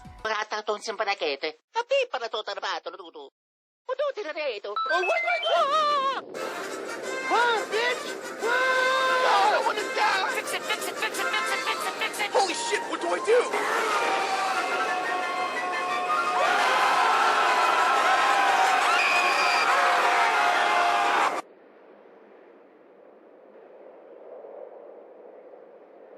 What even is that? Seeing Shrek wreak havoc while Caramel Danson plays is so weird. I still think this scene is pretty funny all these years later, and it is the best part of the episode. I liked how Mario was just traumatized after that. There are some MLG era jokes at the end which are okay, and the episode ends with the restaurant being destroyed. I'll rank Cooking with Bowser and Mario 2 above Swag Quest, but below Bad Stars. I like these episodes, but it seems like the quality of the comedic setups and punchlines has been degrading this year. This episode brings back Wizard Rock. That's how you know it's epic. The plot is a little all over the place again, but each scene plays to the theme of the episode, to the point that's enjoyable. The episode starts with SMG4 being annoyed by Mario's dumbassery when he's hit by the rock. 4 wishes it was a wizard instead, and by saying this, he summons the Wizard Rock. As always, the Wizard Rock only causes more problems, and Hagrid just shows up. Hagrid annoys SMG4 for a while before he sends him and Mario to Hogwarts, or Hobo Wars according to the episode. Here we see 6 characters split into teams. Mario and SMG4 are on Team Mushroom Doors, Bowser and SMG3 are on Team Slither Bastards, and Steve and a Teletubby are on Team Helpful Retards. The episode has a few funny Wizard and Harry Potter themed jokes that are a little bit of a mixed bag. They range anywhere between okay to good. The 3 teams go through a montage of learning spells before a competition is held after SMG4 and SMG3 argue, as they always do. SMG4 and SMG3's team then compete against each other in a wizard contest, just for both of them to fail miserably. Steve's team, which wasn't even shown competing, won by earning 1 single point. This is the funniest joke in the episode. SMG3 then gets real angry as he uses spells to power himself up. SMG4, Mario, and Steve work together to take SMG3 down, but in the process, Hobo Wars is blown up. The episode ends here. I like SMG3's inclusion in this episode, and some of the wizard jokes were solid. For the most part, this is a fairly standard 2014 SMG4 episode though. All rank, Spells and Wiztards, above, Swag Quest, but below, Cooking with Bowser and Mario 2. This is the best Senmonnar so far. The narrative framing device this one is also pretty good, with the plot starting with Mario cooking golden spaghetti after many attempts. The golden spaghetti was so good that a giant Mario head from Mario Teaches Typing breaks a hole in the fabric of the universe to consume it. Uh-oh. Nice job, dickface.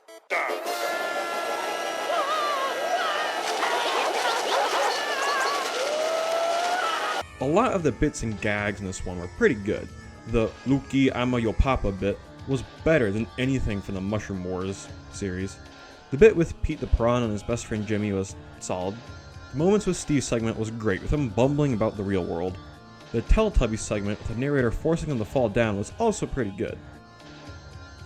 This Senmonnar also brings back the gag of Waluigi and his little Waluigi over Ducky, which is also good to see. The randomness segment ends when Mario wakes up inside the giant Mario head, where the crew escape after Toad tells the giant Mario head that he took a crap inside of him. Mario throws a bomb inside the giant Mario head, which kills him. The episode ends when SMG4 eats the golden spaghetti, which has him go batshit crazy. This is where the Senmonnars start to approach the territory of being great. The segments here are good, and I really like the bookends the episode with the giant Mario head. This Senmonnar is like the previous ones and uses a wide variety of characters to its benefit. There's still Mario recolors in these Senmonnars, but used more sparingly, which I think works better. All rank, Senmonnar 8 150k special, above R64 Mario Spaghetti Delivery, but below Legend of Steve. 2014. That year sure was something. The LS Ice Bucket Challenge was a trend I'm sure many of us are nostalgic for, and I'm glad SMG4 made a video contributing to that trend. Here we see SMG4 get ice poured on him. That's it. That's the episode. The ending was pretty good here, and I liked how simple it was. After SMG4 gets the ice water poured on him, we see IRL SMG4 partake in the actual Ice Bucket Challenge.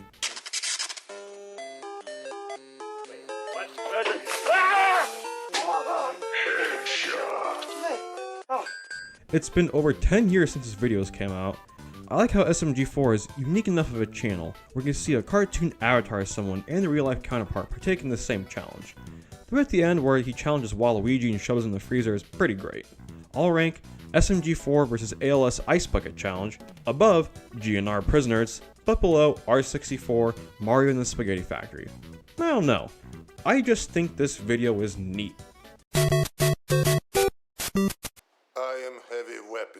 This video also has a lot of views, but that is becoming an increasingly moot point as almost all of SMG4 videos going forward have millions to tens of millions of views. This R64 is about as good as the others so far. This R64 uses Gmod more than the others, and is the first to distort Mario's face in really wacky ways.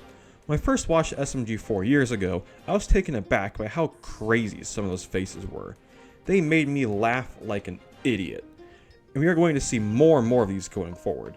The pacing of this episode is also lightning fast, as per usual for R64, but I thought that this video's pacing was more comprehensible than some of the other 2014 SMG4 videos. The plot begins with Mario watching all his friends race around their carts as he prepares to drive his own, with rockets attached. Mario crashes his cart and has to buy a new one. Unfortunately, Mario is broke, so he has to work various jobs in order to raise the money to buy a new cart. Mario eventually raises enough money to buy a new cart. There were a number of pretty funny running gags in the episode. The ones where Mario fantasizes about being buff while driving his new cart were pretty good, and had a number of hilarious moments. The other running gag was the funniest in the episode, and that is the one where Mario blames his actions on Luigi. I know, we've seen this before, but this episode executes it like the best so far. we see Luigi be the scapegoat for Mario destroying Bowser's cart, eating Heavy's sandwich, and touching Heavy's weapon. Each time, Mario blames Luigi, and he ends up getting horrifically beaten as he screams. It is genuinely hilarious, and this stupid joke always manages to get me.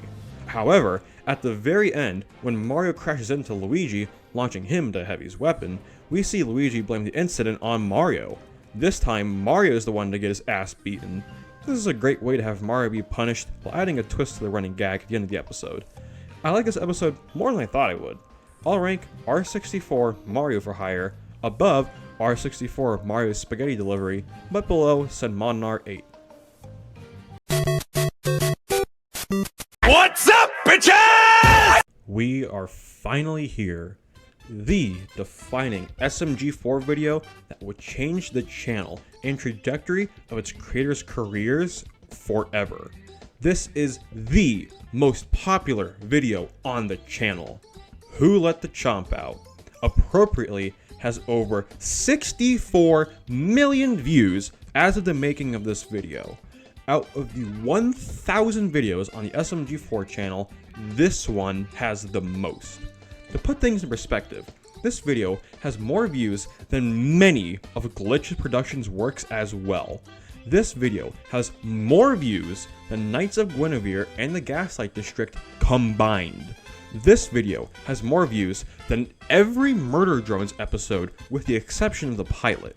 The only thing that has a taller shadow in the entire Glitch library is the Amazing Digital Circus. Even then, those videos have the benefit from being on a channel with over 18 million subscribers.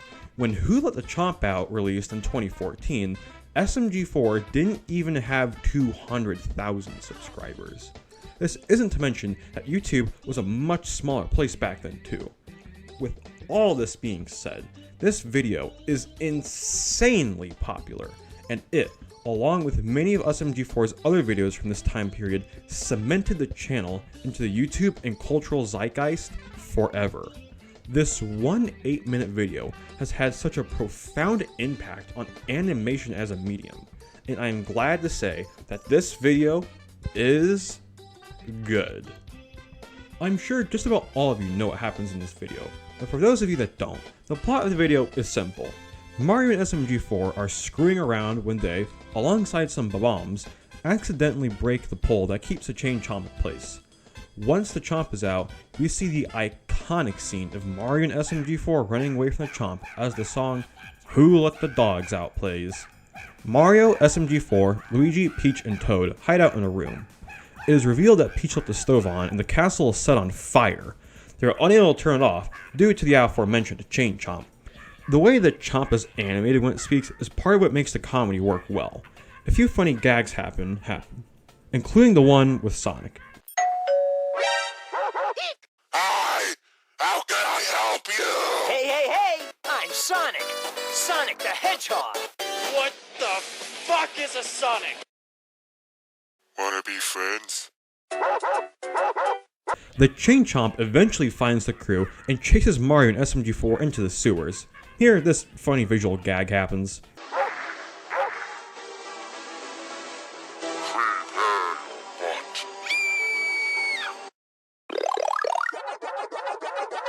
are stupid! Shut the fuck up!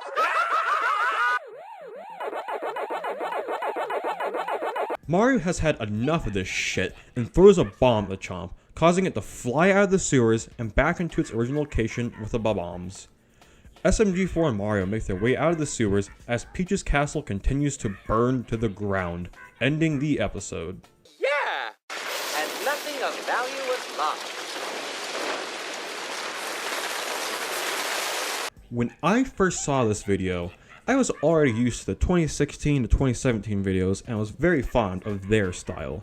So when I eventually saw this video, I was a little underwhelmed that this video, out of all of them, is the most viewed SMG4 episode.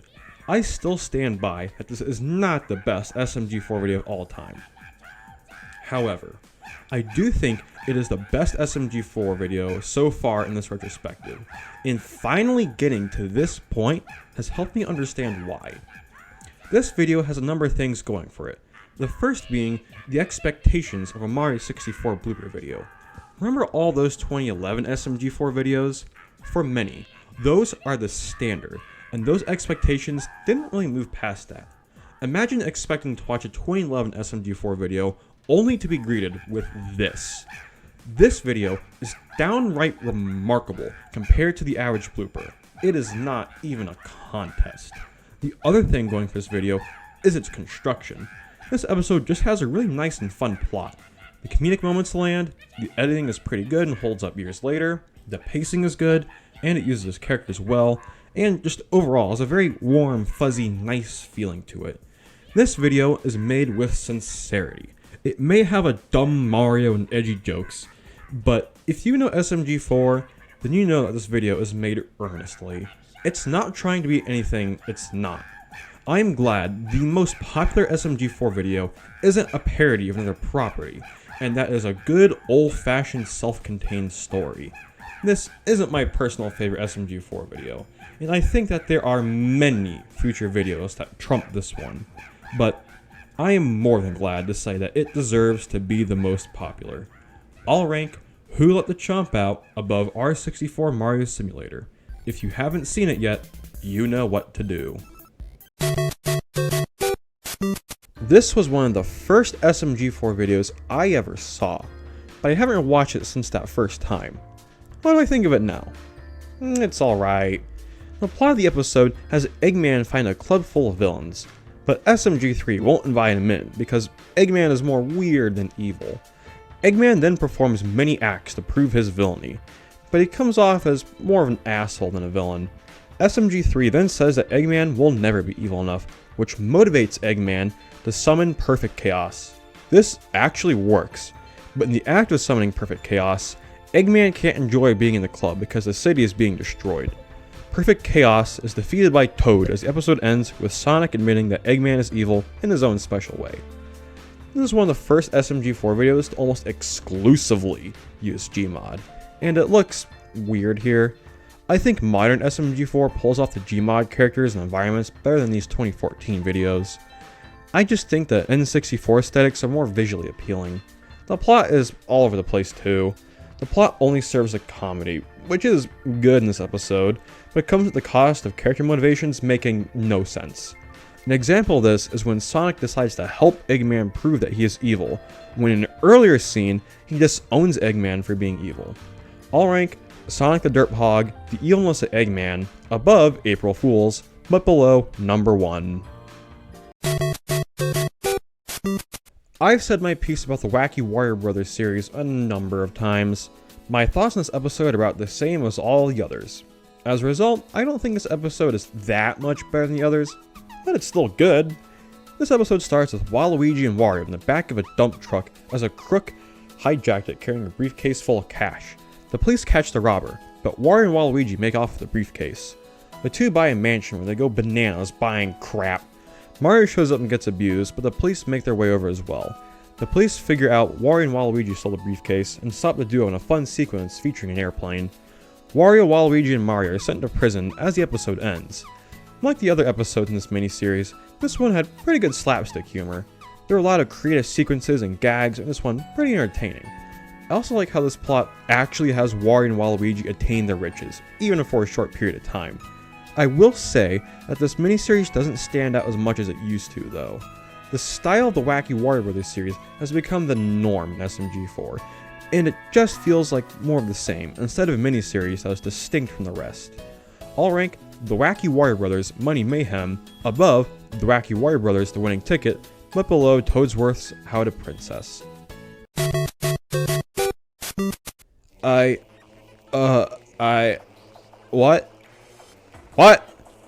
What? What the fuck? I have no words. I don't even know how to rank this video. I honestly can't tell if I like that or not. I finally snapped. I've never watched the entirety of Tubby TV before now, and I just don't know anymore. Look at the thumbnail of this video. Look at it. Look at it. Alright, the plot synopsis. Yeah, let's start with that. This episode starts with Mario watching TV when this happens.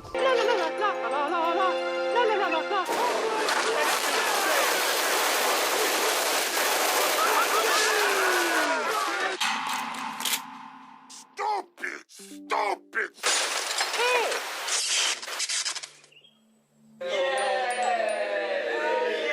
The Teletubbies then force Mario to watch their show. Every now and then the episode cuts back to Mario's point of view to see him suffering. Since I have to be honest, I will say there were a few funny jokes in this episode. The part of the vacuum cleaner and the part where the party is ruined by the yellow one were pretty good. The longer I watched this video, the more my psyche broke down. It didn't even break down in the same way the Toad assassination did, in the way that video is more annoying and drained my life away. This video is nigh transcendent. I'll rank it above Yoshroom's, but below Two Hands One Job. This video is funnier than half the list, but also was one of the most horrific experiences I've ever had. It truly must be seen to be believed. I do warn you for those who want to watch it. I still don't know what to say. SMG4 wanted to try something new and fresh with this video. It was supposed to be a Senmonar, but was converted into this. I'm just speechless. I was horrified when I first saw this thumbnail as a kid, and now that I've seen it in its full glory, I can attest to its qualities. 22 million people saw this video. I don't know why, but they did. They decided to watch it too. I don't think SMG4 has ever referenced this video since.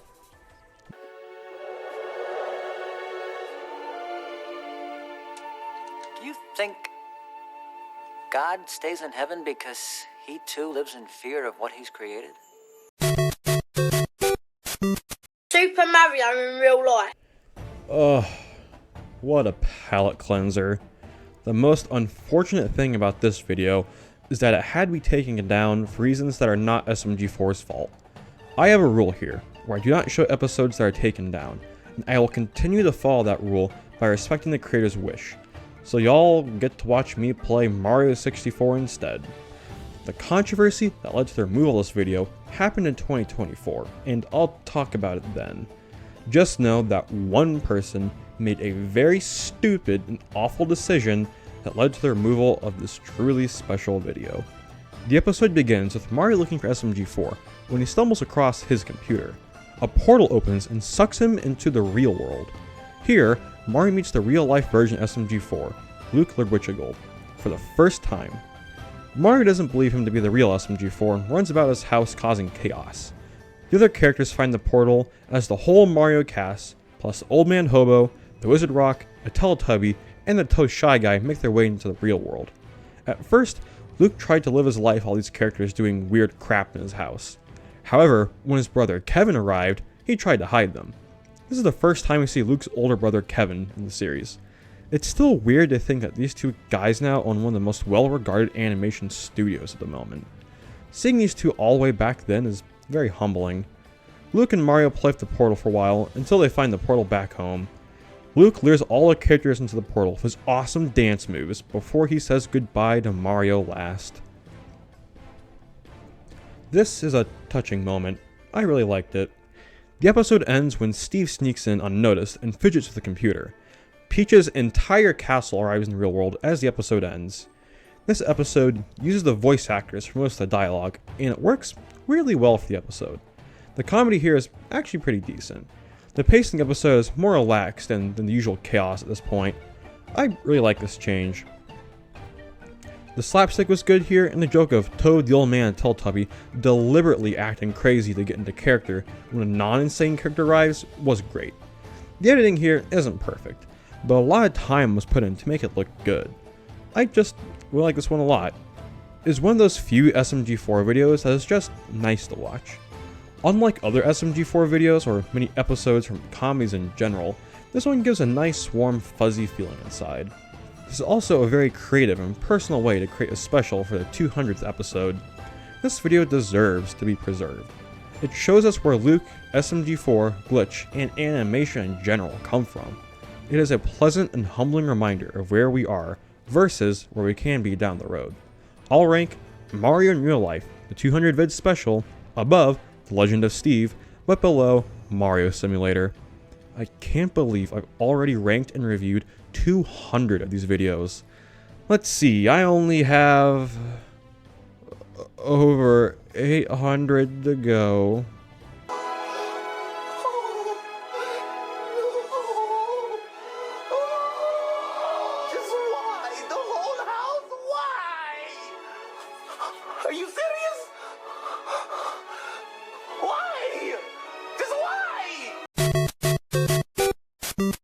The GNR series is really starting to pick up. Swag Party Hostages has the best setup out of any of the previous episodes, and it's also the funniest so far too. This episode starts with Chris and Sergeant Mark being kidnapped and held hostage by the Butt Ninja and some villainous guy.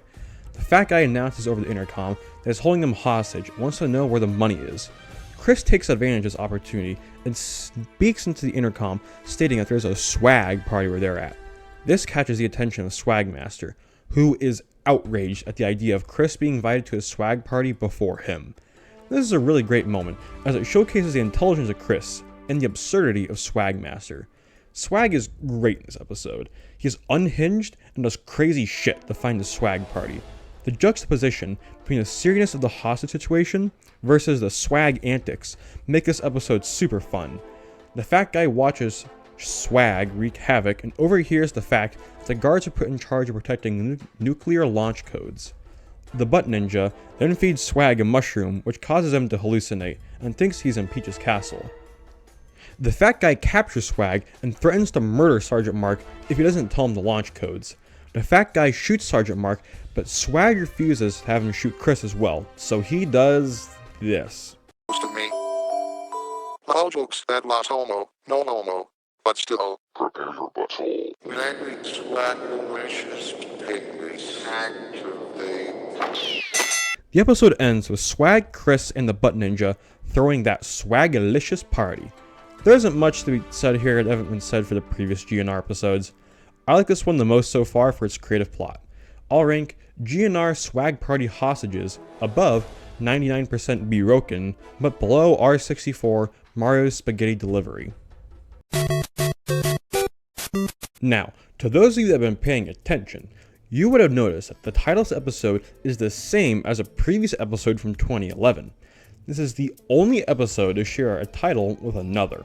However, the only thing these episodes have in common is their title, and the idea of a mysterious person killing people across the kingdom. Okay, so they have a few things in common. This one's a little special.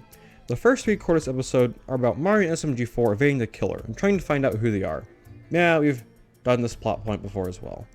There are over 200 SMG4 videos so far, and even this early in the series, we can see how challenging it can be to come up with new ideas every single week.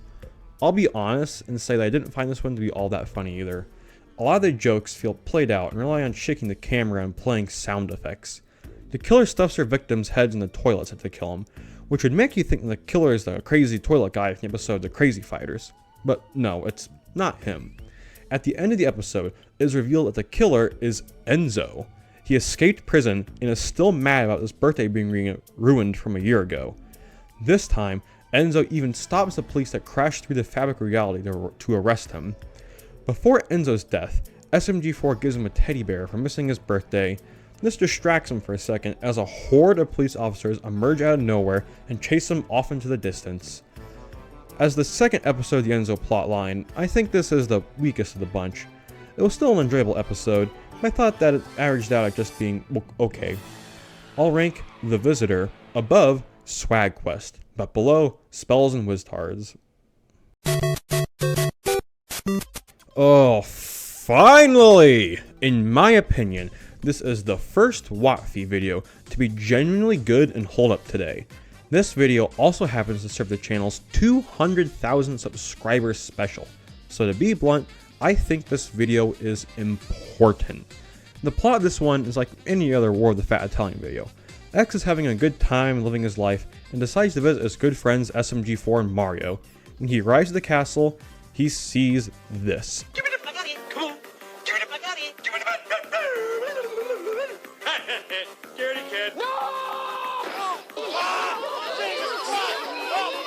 Mario's going apeshit defending his spaghetti, while SMG4 is pissed that he is hoarding all the food to himself. In this introduction alone, there is more energy to this video than the previous War of the Fat Italian videos combined. It pulls off the batshit insane side of SMG4 well, and is just so weird and engaging to watch. X decides to end the duo's dispute by hosting yet another War of the Fat Italians to their dismay. The war begins yet again, but with a twist! This time, the viewers submitted their challenges for Mario and SMG4 to compete against each other in. The previous Waffy introduced the concept of the viewer deciding who won the war, but this one takes it to the next level, by having us, the audience, pick the challenges. Some of the challenges here are pretty simple, and your creative execution isn't as good as later Waffys, but there's still many great segments here. The first challenge is to see who can survive the annoyance of Toad. The second challenge is to see who can have a better date with Peach. Mario sabotages SMG4's date, but Mario in general is just a perverted menace, and the execution of his comedy is fantastic. The third challenge is to see who can watch more Teletubbies. Mario doesn't even try and instantly kills himself before he has to relive the horrors of Teletubby TV. Me too, buddy. The fourth challenge is to see who can survive jumping off an airplane. The slapstick was pretty good here.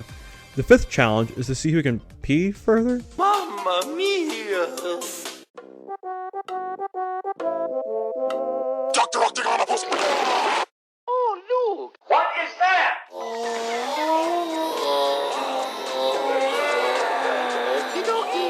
Get ready to move your penis. What the hell was that? Mario's fingers of doom. Very scared. The seventh challenge is to see who has more swag. I didn't comprehend anything that was happening in this one, but it is so 2014 in the best of ways. The eighth challenge is to see who can make Tubby custard. The editing SMG4's bit is great and the comedy is hilarious. This moment predicts so many memes it's crazy. The ninth challenge is to see who can fire the Waluigi launcher better. The 10th challenge is to see who can shake their ass better. The visuals here make the comedy golden. This bit cracks me up every time, especially once Wario shows up. It's just so good. The 11th challenge is to see who can be more idiotic. Watch this one for yourself. This bit is unfiltered SMG4. The 12th challenge is a spaghetti eating competition. SMG4 knew he stood no chance, so he decided to cheat. X tries to change the challenge, but Mario steals the remote he's been using. He then starts to use the fan challenges to attack SMG4. This is an awesome twist to the plot that makes the finale to the video feel unique, while staying true to the concept. Mario keeps throwing challenges out until he accidentally summons Ouija.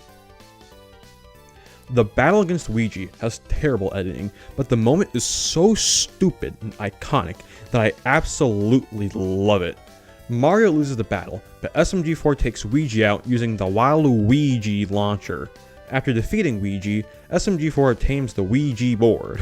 Mario and SMG4 teleport back to the castle as the two apologize to each other and cry it out.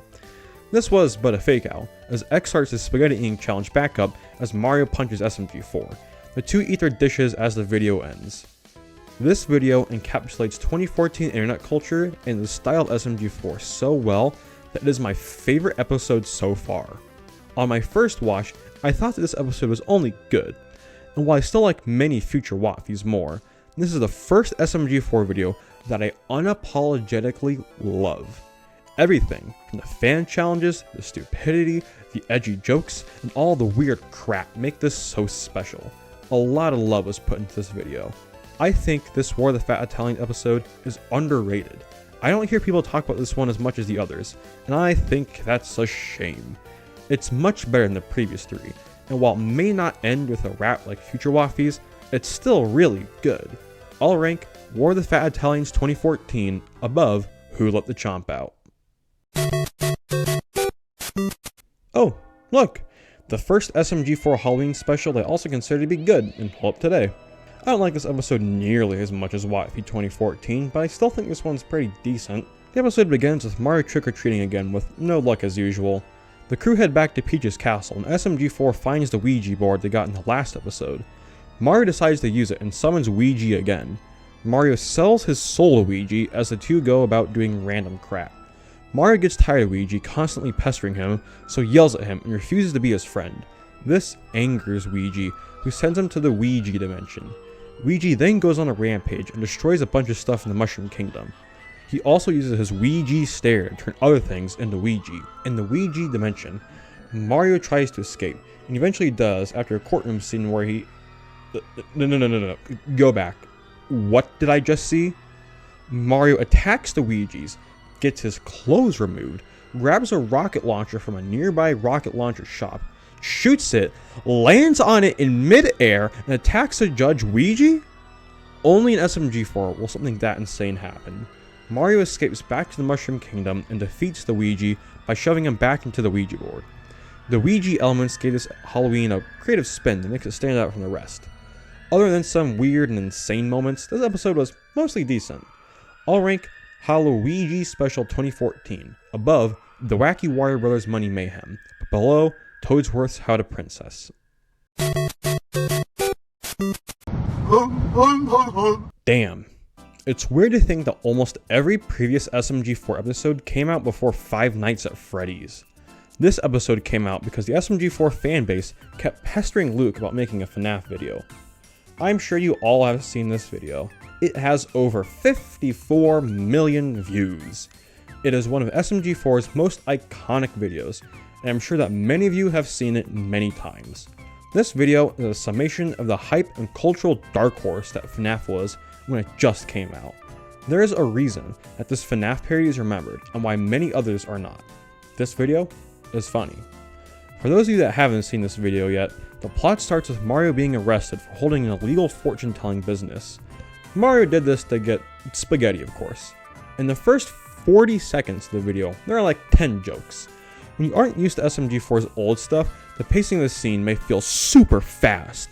If you're me, you've seen all these classic videos in order to this point, and this is nothing out of the ordinary. Mario gets out of jail by doing community service, and he chooses to help at the local spaghetteria in hopes of eating spaghetti. Once Mario arrives, every scene and bit of dialogue is quotable and iconic. What really makes this episode work so well is its simple yet effective approach for the story. Each hour that passes by has a dedicated scene that focuses on a comedic skit.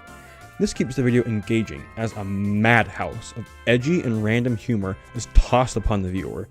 Each animatronic here has its own demented personality, many of which are based on sound clips from the iconic How to Make Five Nights at Freddy's Not Scary video.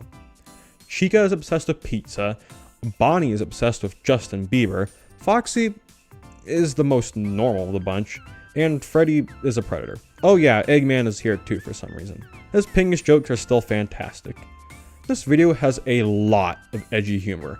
Some of it is great, some of it is bad, and some of it is bad with unfortunately great comedic timing. Whoa! Only you can prevent. Cut that part out. You can't tell that joke anymore. Or ever. Partway into the episode, we see Golden Freddy transport Mario back in time to the restaurant. It is in this flashback that we see that it was really Mario who's responsible for the bite of 87. By the end of the night, Mario progressively gets more and more angry at the animatronics for being abhorrent individuals to be around.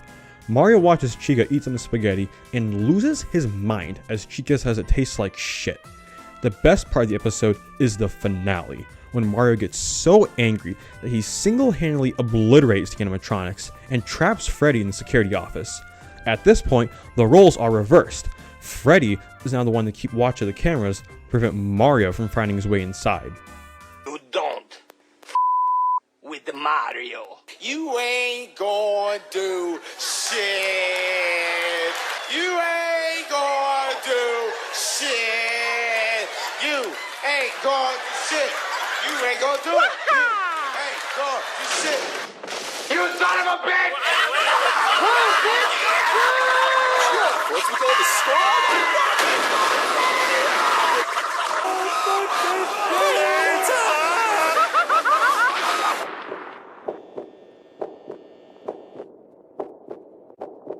I'm gonna get you. Ah!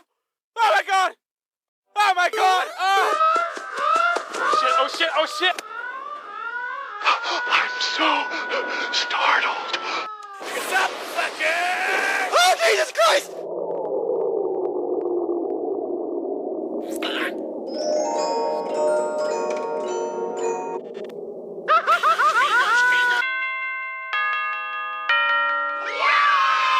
I love the creative twist here. The role reversal makes Mario both hilarious and terrifying at the same time. This moment is just... it's just so good. The episode ends with Mario's boss walking into the open restaurant. only to see the interior set ablaze as Mario is butt-ass naked. This episode is really great. It's just fun to watch it is now as when it first came out. This is one of the most influential videos on the channel, and most people's perception of SMG4 lies within the scope of the antics of this episode. I can understand why some may not like this episode, and I will touch upon how the popularity of this video may have caused some damage in the future. However, this episode sits in the sweet spot of fun-filled nostalgia and genuine hilarity. I'll rank R64 Freddy Spaghetteria above Who Let the Chomp Out, but below War of the Fat Italians 2014. Oh my god. Remember when the songs from Frozen were played all the time back in 2013 or 2015? It just never ended. You could never escape the cultural titan that was Frozen. My opinion on the songs in that movie are mixed. I love some songs like Love is an Open Door, but loathe songs like Do You Want to Build a Snowman. I think the latter of those two songs is irritating to listen to, even in moderate doses. Thankfully, I find the SMG4 parody, Luigi Wants to Build a Snowman, to be better than the original. I still don't like it though. I like how Mario is equally pissed as me when the song is sung. But that plays to my bias. This video parody is about the same level as number 1. It's alright, but nothing close to the realm of good. I still like how old SMG4 made all these songs though. I'll rank Luigi Wants to Build a Snowman above Sonic the Dirt Pog, The Evilest of Eggman, but below number 1. I don't know what was in the water in 2014 because the views for these videos exploded across the board. This Senmonnar has the most views of them all. While I do think this one is pretty good, it isn't my favorite, even compared to the previous Senmonnars. I have a hunch that the reason this video has more views than the others is because Shy Gal's on the thumbnail. The framing device for the Senmonnar is Mario using EGAD's invention to go back in time to prevent Luigi from dying. The editing in the scene is weirdly good. I will say that the framing device bookends take up a little too much time for this episode. Only a little over half of the actual episode features the titular random shenanigans. A few of the segments here rely on edgy humor, like the Shy Guy one and Mario slapping Bowser's ass gag. I didn't care for either of them. The kawaii Mario bit is weird but fitting for the Senmonnar series. This episode is the first to feature Buff Luigi, and his segment here is really funny with Buff Waluigi and the Old Man. The Teletubby segment was pretty good here as well, with it focusing on the yellow one being forced to hug the others. The Steve segment here was only okay. It reuses the Lady Steve joke again. The episode ends with Mario repeatedly going back in time because he doesn't like the outcome of each change he makes. By the end of the time travel shenanigans, everything is messed up as Mario is content with the chaos. I'll rank Senmonnar 9, Time Travel Edition, above the Senmonnar 7, Toast Edition, but below GNR Prisoners. This episode is about a bunch of pipes sprouting all up over Peach's castle and causing mayhem. It is up to Mario, Luigi, and SMG4 to solve this problem. I really don't have a whole lot to say with this one. I like the idea of using the pipes for an episode, but instead of having a plot with them transporting stuff around, we have yet another plot of a bunch of random creatures taking over Peach's castle.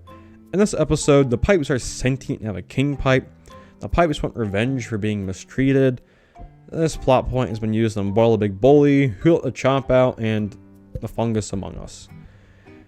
There were some fun moments in this episode, like when Mario assumed Bowser and SMG4 behind the pipe so he instantly murders them. Yes! I did it. I saved the world.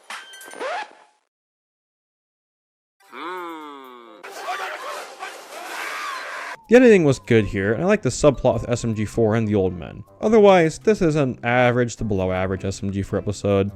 I'll rank Problematic Pipe Problems above number 1, but below Meet the Mario. Hi guys! The second episode in the Meet the Crew parody miniseries focuses on Steve. If Meet the Mario is a parody of Meet the Heavy, then this video is a parody of Meet the Pyro. I say this because both episodes make references to their respective TF2 counterparts, but also because this one highlights Steve's insanity.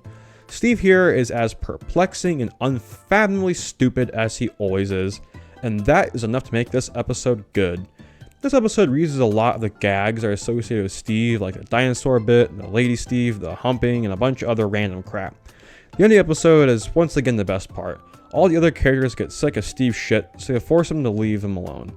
At first this makes Steve sad, but then Steve goes mad and rides a tank that shoots a pingus laser, and it is glorious.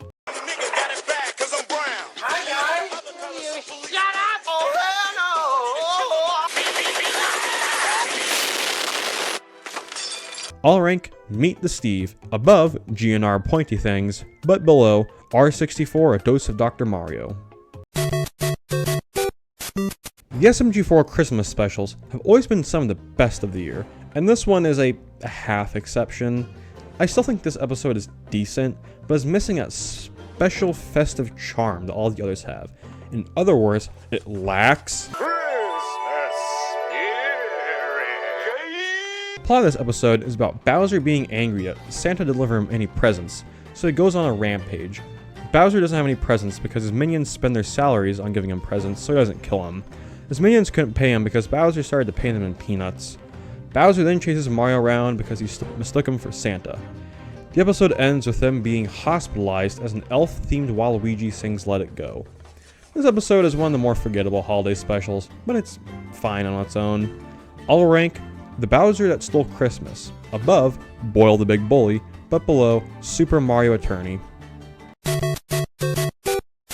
Oh my god, we finally made it. The last video of 2014.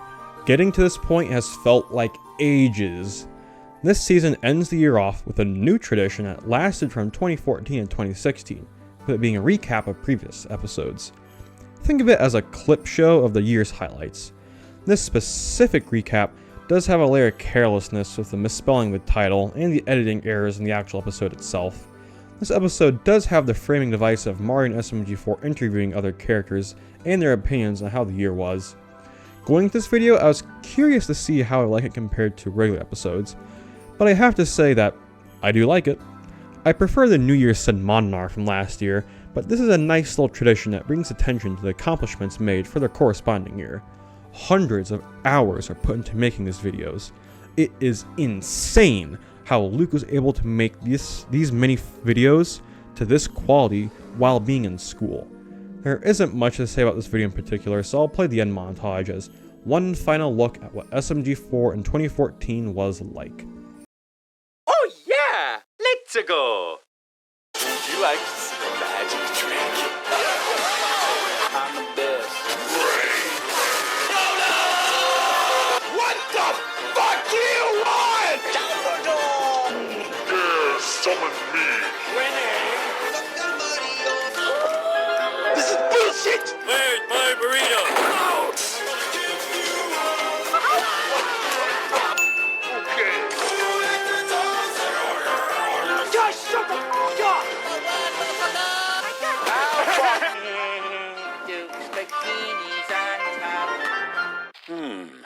Intriguing, but highly disturbing. Yeah, I agree with SMG4 here. This year was something. I'll rank the retardedness of 2014 above Cooking with Bowser and Mario, but below the Monnar 6.64 100k special. It's finally over. Well, I like the videos made this year more than I didn't, but Season 4 is definitely more of a mixed bag than anything else. I feel that I already said most everything I needed to say at the beginning of this video, and for each episode review, I drilled down and examined these videos more than they were intended to be viewed. There really isn't that much to SMG4 at this point. What we see is what we get. However, this attitude of the show being nothing more than it is, imprinted itself on the show's identity. SMG4 fully committed to being stupid and crazy. For 3.5 years, the series wouldn't even try to be anything other than that. For some people, this is all of what SMG4 was even good for. It's an internet parody series where Mario is naked and humps plates of spaghetti. Why would someone look at that concept and think it needs to be anything more? I didn't. I started out with a 2014 and 2016 era of SMG4. Yet, When SMG4 first started out, it didn't begin with this type of content. Sure, 2011 SMG4 had its share of stupidity, but you can't really look at those videos and say that they are the same things as these ones. Something was lost when SMG4 started to really hone in on this style of content. The videos from this era are 100% funnier and made better than the 2011 to 2013 stuff, but is missing gems like Tale of a Bomb and Scatman's Revenge. If anything, I think SMG4 was scared to be anything else than it was after the success of the 2014 videos. It would be years until we saw the series attempt to do something else with the formula. When SMG4 did finally deviate from the usual episodic comedic episode, the reception was more mixed and the community split upon itself. The tragedy of success is that it will become all of what that particular thing is known for. You, as a person, have a barrage of interests and passions, and there will be some that you're better at than others. If you stand out in one of them, then that will be what everyone knows you for. All those other interests and passions that you have are under the shadow of your one big success. With that said, I really like the top videos from this year. The very best of these episodes exercise so much creativity and zany energy that they are a blast to watch. Dare I say that some of them are kind of great? There are so many fun and iconic videos that are brought out into the world this year. Mario Simulator is a simple yet fun and creative take on a meta-comedy focused episode. The overcrowded UI graphics and obscene jokes that are told with them gives the episode so much personality. The Legend of Steve is an episode that is surprisingly enjoyable. I love how dorky and silly that stupid Zelda parody song is, and the bits of Justin Bieber are so off the walls insane that I will never forget them. Freddy Spaghetteria is an iconic classic that manages to be one of the most quotable episodes in the entire series. If there is anywhere those edgy jokes work, it is in this episode. The jokes in the Freddy Spaghetteria episode have become so synonymous with every typical FNAF joke that it just blends in at this point. The SMG4 in real life video is a really sweet special that is demonstrative of the level of care and love for this silly little web series. This video, along with a number of other appearances, normalize the tradition of Luke talking to the audience. Most of all, we cannot ignore who let the chomp out. I may only think this episode is just good, but it somehow manages to earn its title of most viewed SMG4 video by its authenticity alone. There isn't anything else on the internet that's quite like that video. I also cannot neglect to mention the introduction of Chris and Swag alongside the GNR miniseries. Personally, I think Chris and Swag work better as a supporting cast, but the GNR series has moments of comedy gold. Chris and Swag are some of the most consistently funny and entertaining characters in the whole series. One of the best episodes' biggest strengths from this year are their rewatchability. For the first time, I feel that a solid amount of these episodes are made well enough to be enjoyed over and over again. There were some 2013 episodes that reached this territory, but it didn't leave the same impression on me as the best of 2014. However, I must address the elephant in the room. There are many Season 4 episodes that I do not care for. Granted, there are no shortage of SMG4 videos I didn't like prior to this year, but I mainly didn't care for them due to their low production quality. There's rarely anything about their content that I straight up disliked. 2014, on the other hand, has a bunch of stuff that irritates me. SMG4 has evolved to the point where the worst episodes of the season are bad, not because I find them to be a boring nothing burger like previous seasons, but because episodes themselves were constructed in a way that bothers me. Episodes like Yoshrooms and the Toad Assassination made me space out while watching them. The episodes themselves aren't that long, but good God, there is little value or substance to be found in them. A lot of the worst comedy from 2014 SMG4 in general is just loud noises and chaos for the sake of chaos. I get that SMG4 is a bonkers web series, but you at least need a vessel to deliver the comedy. There is something to be said about having a good plot and character to make comedy work. It's pretty hard to find something funny if you have no attachment towards anything that is going on. This was a persistent problem with this batch of videos. Another change I've not yet mentioned yet are the thumbnails for 2014 videos. The blooper era of SMG4 had these delightful custom thumbnails that were of their time in the best of ways. The thumbnails in 2014 have much less care put into them. The videos from the late classic era of SMG4 feel more cynical, and by consequence, it sometimes feels that there's less effort put into them with little details like the thumbnails. If these videos do have any saving grace, it's that their creator was still learning. The series creator, Luke Lord was still only a teenager while making these videos. It is completely natural for them to have problems. If anything, it should be expected.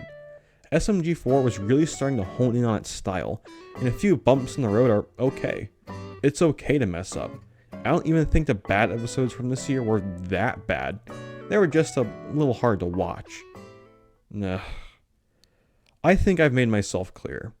Let's take a look at every 2014 SMG4 video ranked from worst to best, starting with The Toad Assassination, Yoshrooms, Tubby TV, Two Hands, One Job, The Adventures of Mario and Luigi Episode 4, Bowser Cyrus Wrecking Ball, SMG4's Candy Van is here, How to Make a Blooper according to SMG4, Welcome to Pokemans, Gyms and Badges, Sonic the Dirtpog Eggventure, April Fools, Sonic the Dirtpog The Evilness of Eggman, Luigi Wants to Build a Snowman, Number 1 Bomb on Battlefield Remix, Problematic Pipe Problems, Meet the Mario, Boil the Big Bully, The Bowser That Stole Christmas, Super Mario Attorney, GNR The Butt Ninja, Cooking with Bowser and Mario, The Retardness of 2014,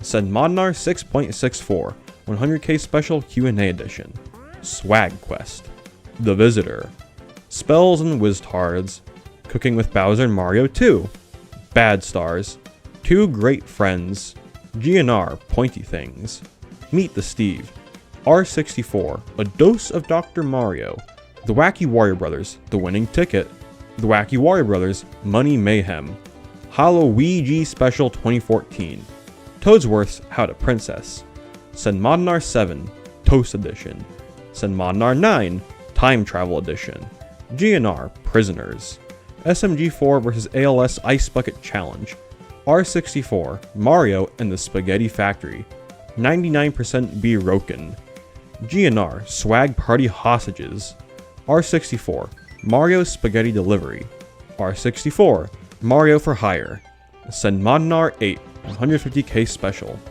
Legend of Steve, Mario in Real Life, the 200 vid Special, R64 Mario Simulator, Who Let the Chomp Out, R64 Freddy Spaghetteria, and finally, War of the Fat Italians 2014. What an odd blip in time it must have been for these videos to be made. SMG4 is an oxymoron on the surface. It's a silly and dumb internet comedy made by a teenager in their parents' house. Yet, it is what would eventually lead to the studio that produced one of the most popular cartoons of the 2020s, as well as being a cultural counterweight to the oligopoly of media. This show. This one right here. It's not like SMG4 had some curated strategy to become popular like Mr. Beast. SMG4 became popular by accident. Enough people saw the videos and humor manifested by its creator's brain, and thought it was good enough to check out and stay. For all the criticism that I and others may lob at this particular season of the show, we cannot ignore its significance. Even when the show was at its low points, it was always made with the sole purpose of having fun. On average, I think the 2014 videos are about in the same level as the 2013 ones, yet this year proved that SMG4 is worth talking about. The amount of people I've seen that are inspired by this content is too great to count. That is a crazy statement about a Mario 64 Machinima parody series. I am glad that SMG4 changed and evolved over time. Even though the series may have not known where it was going, it kept moving forward no matter what. Oh, hey Mario. I see you're finally back. Please.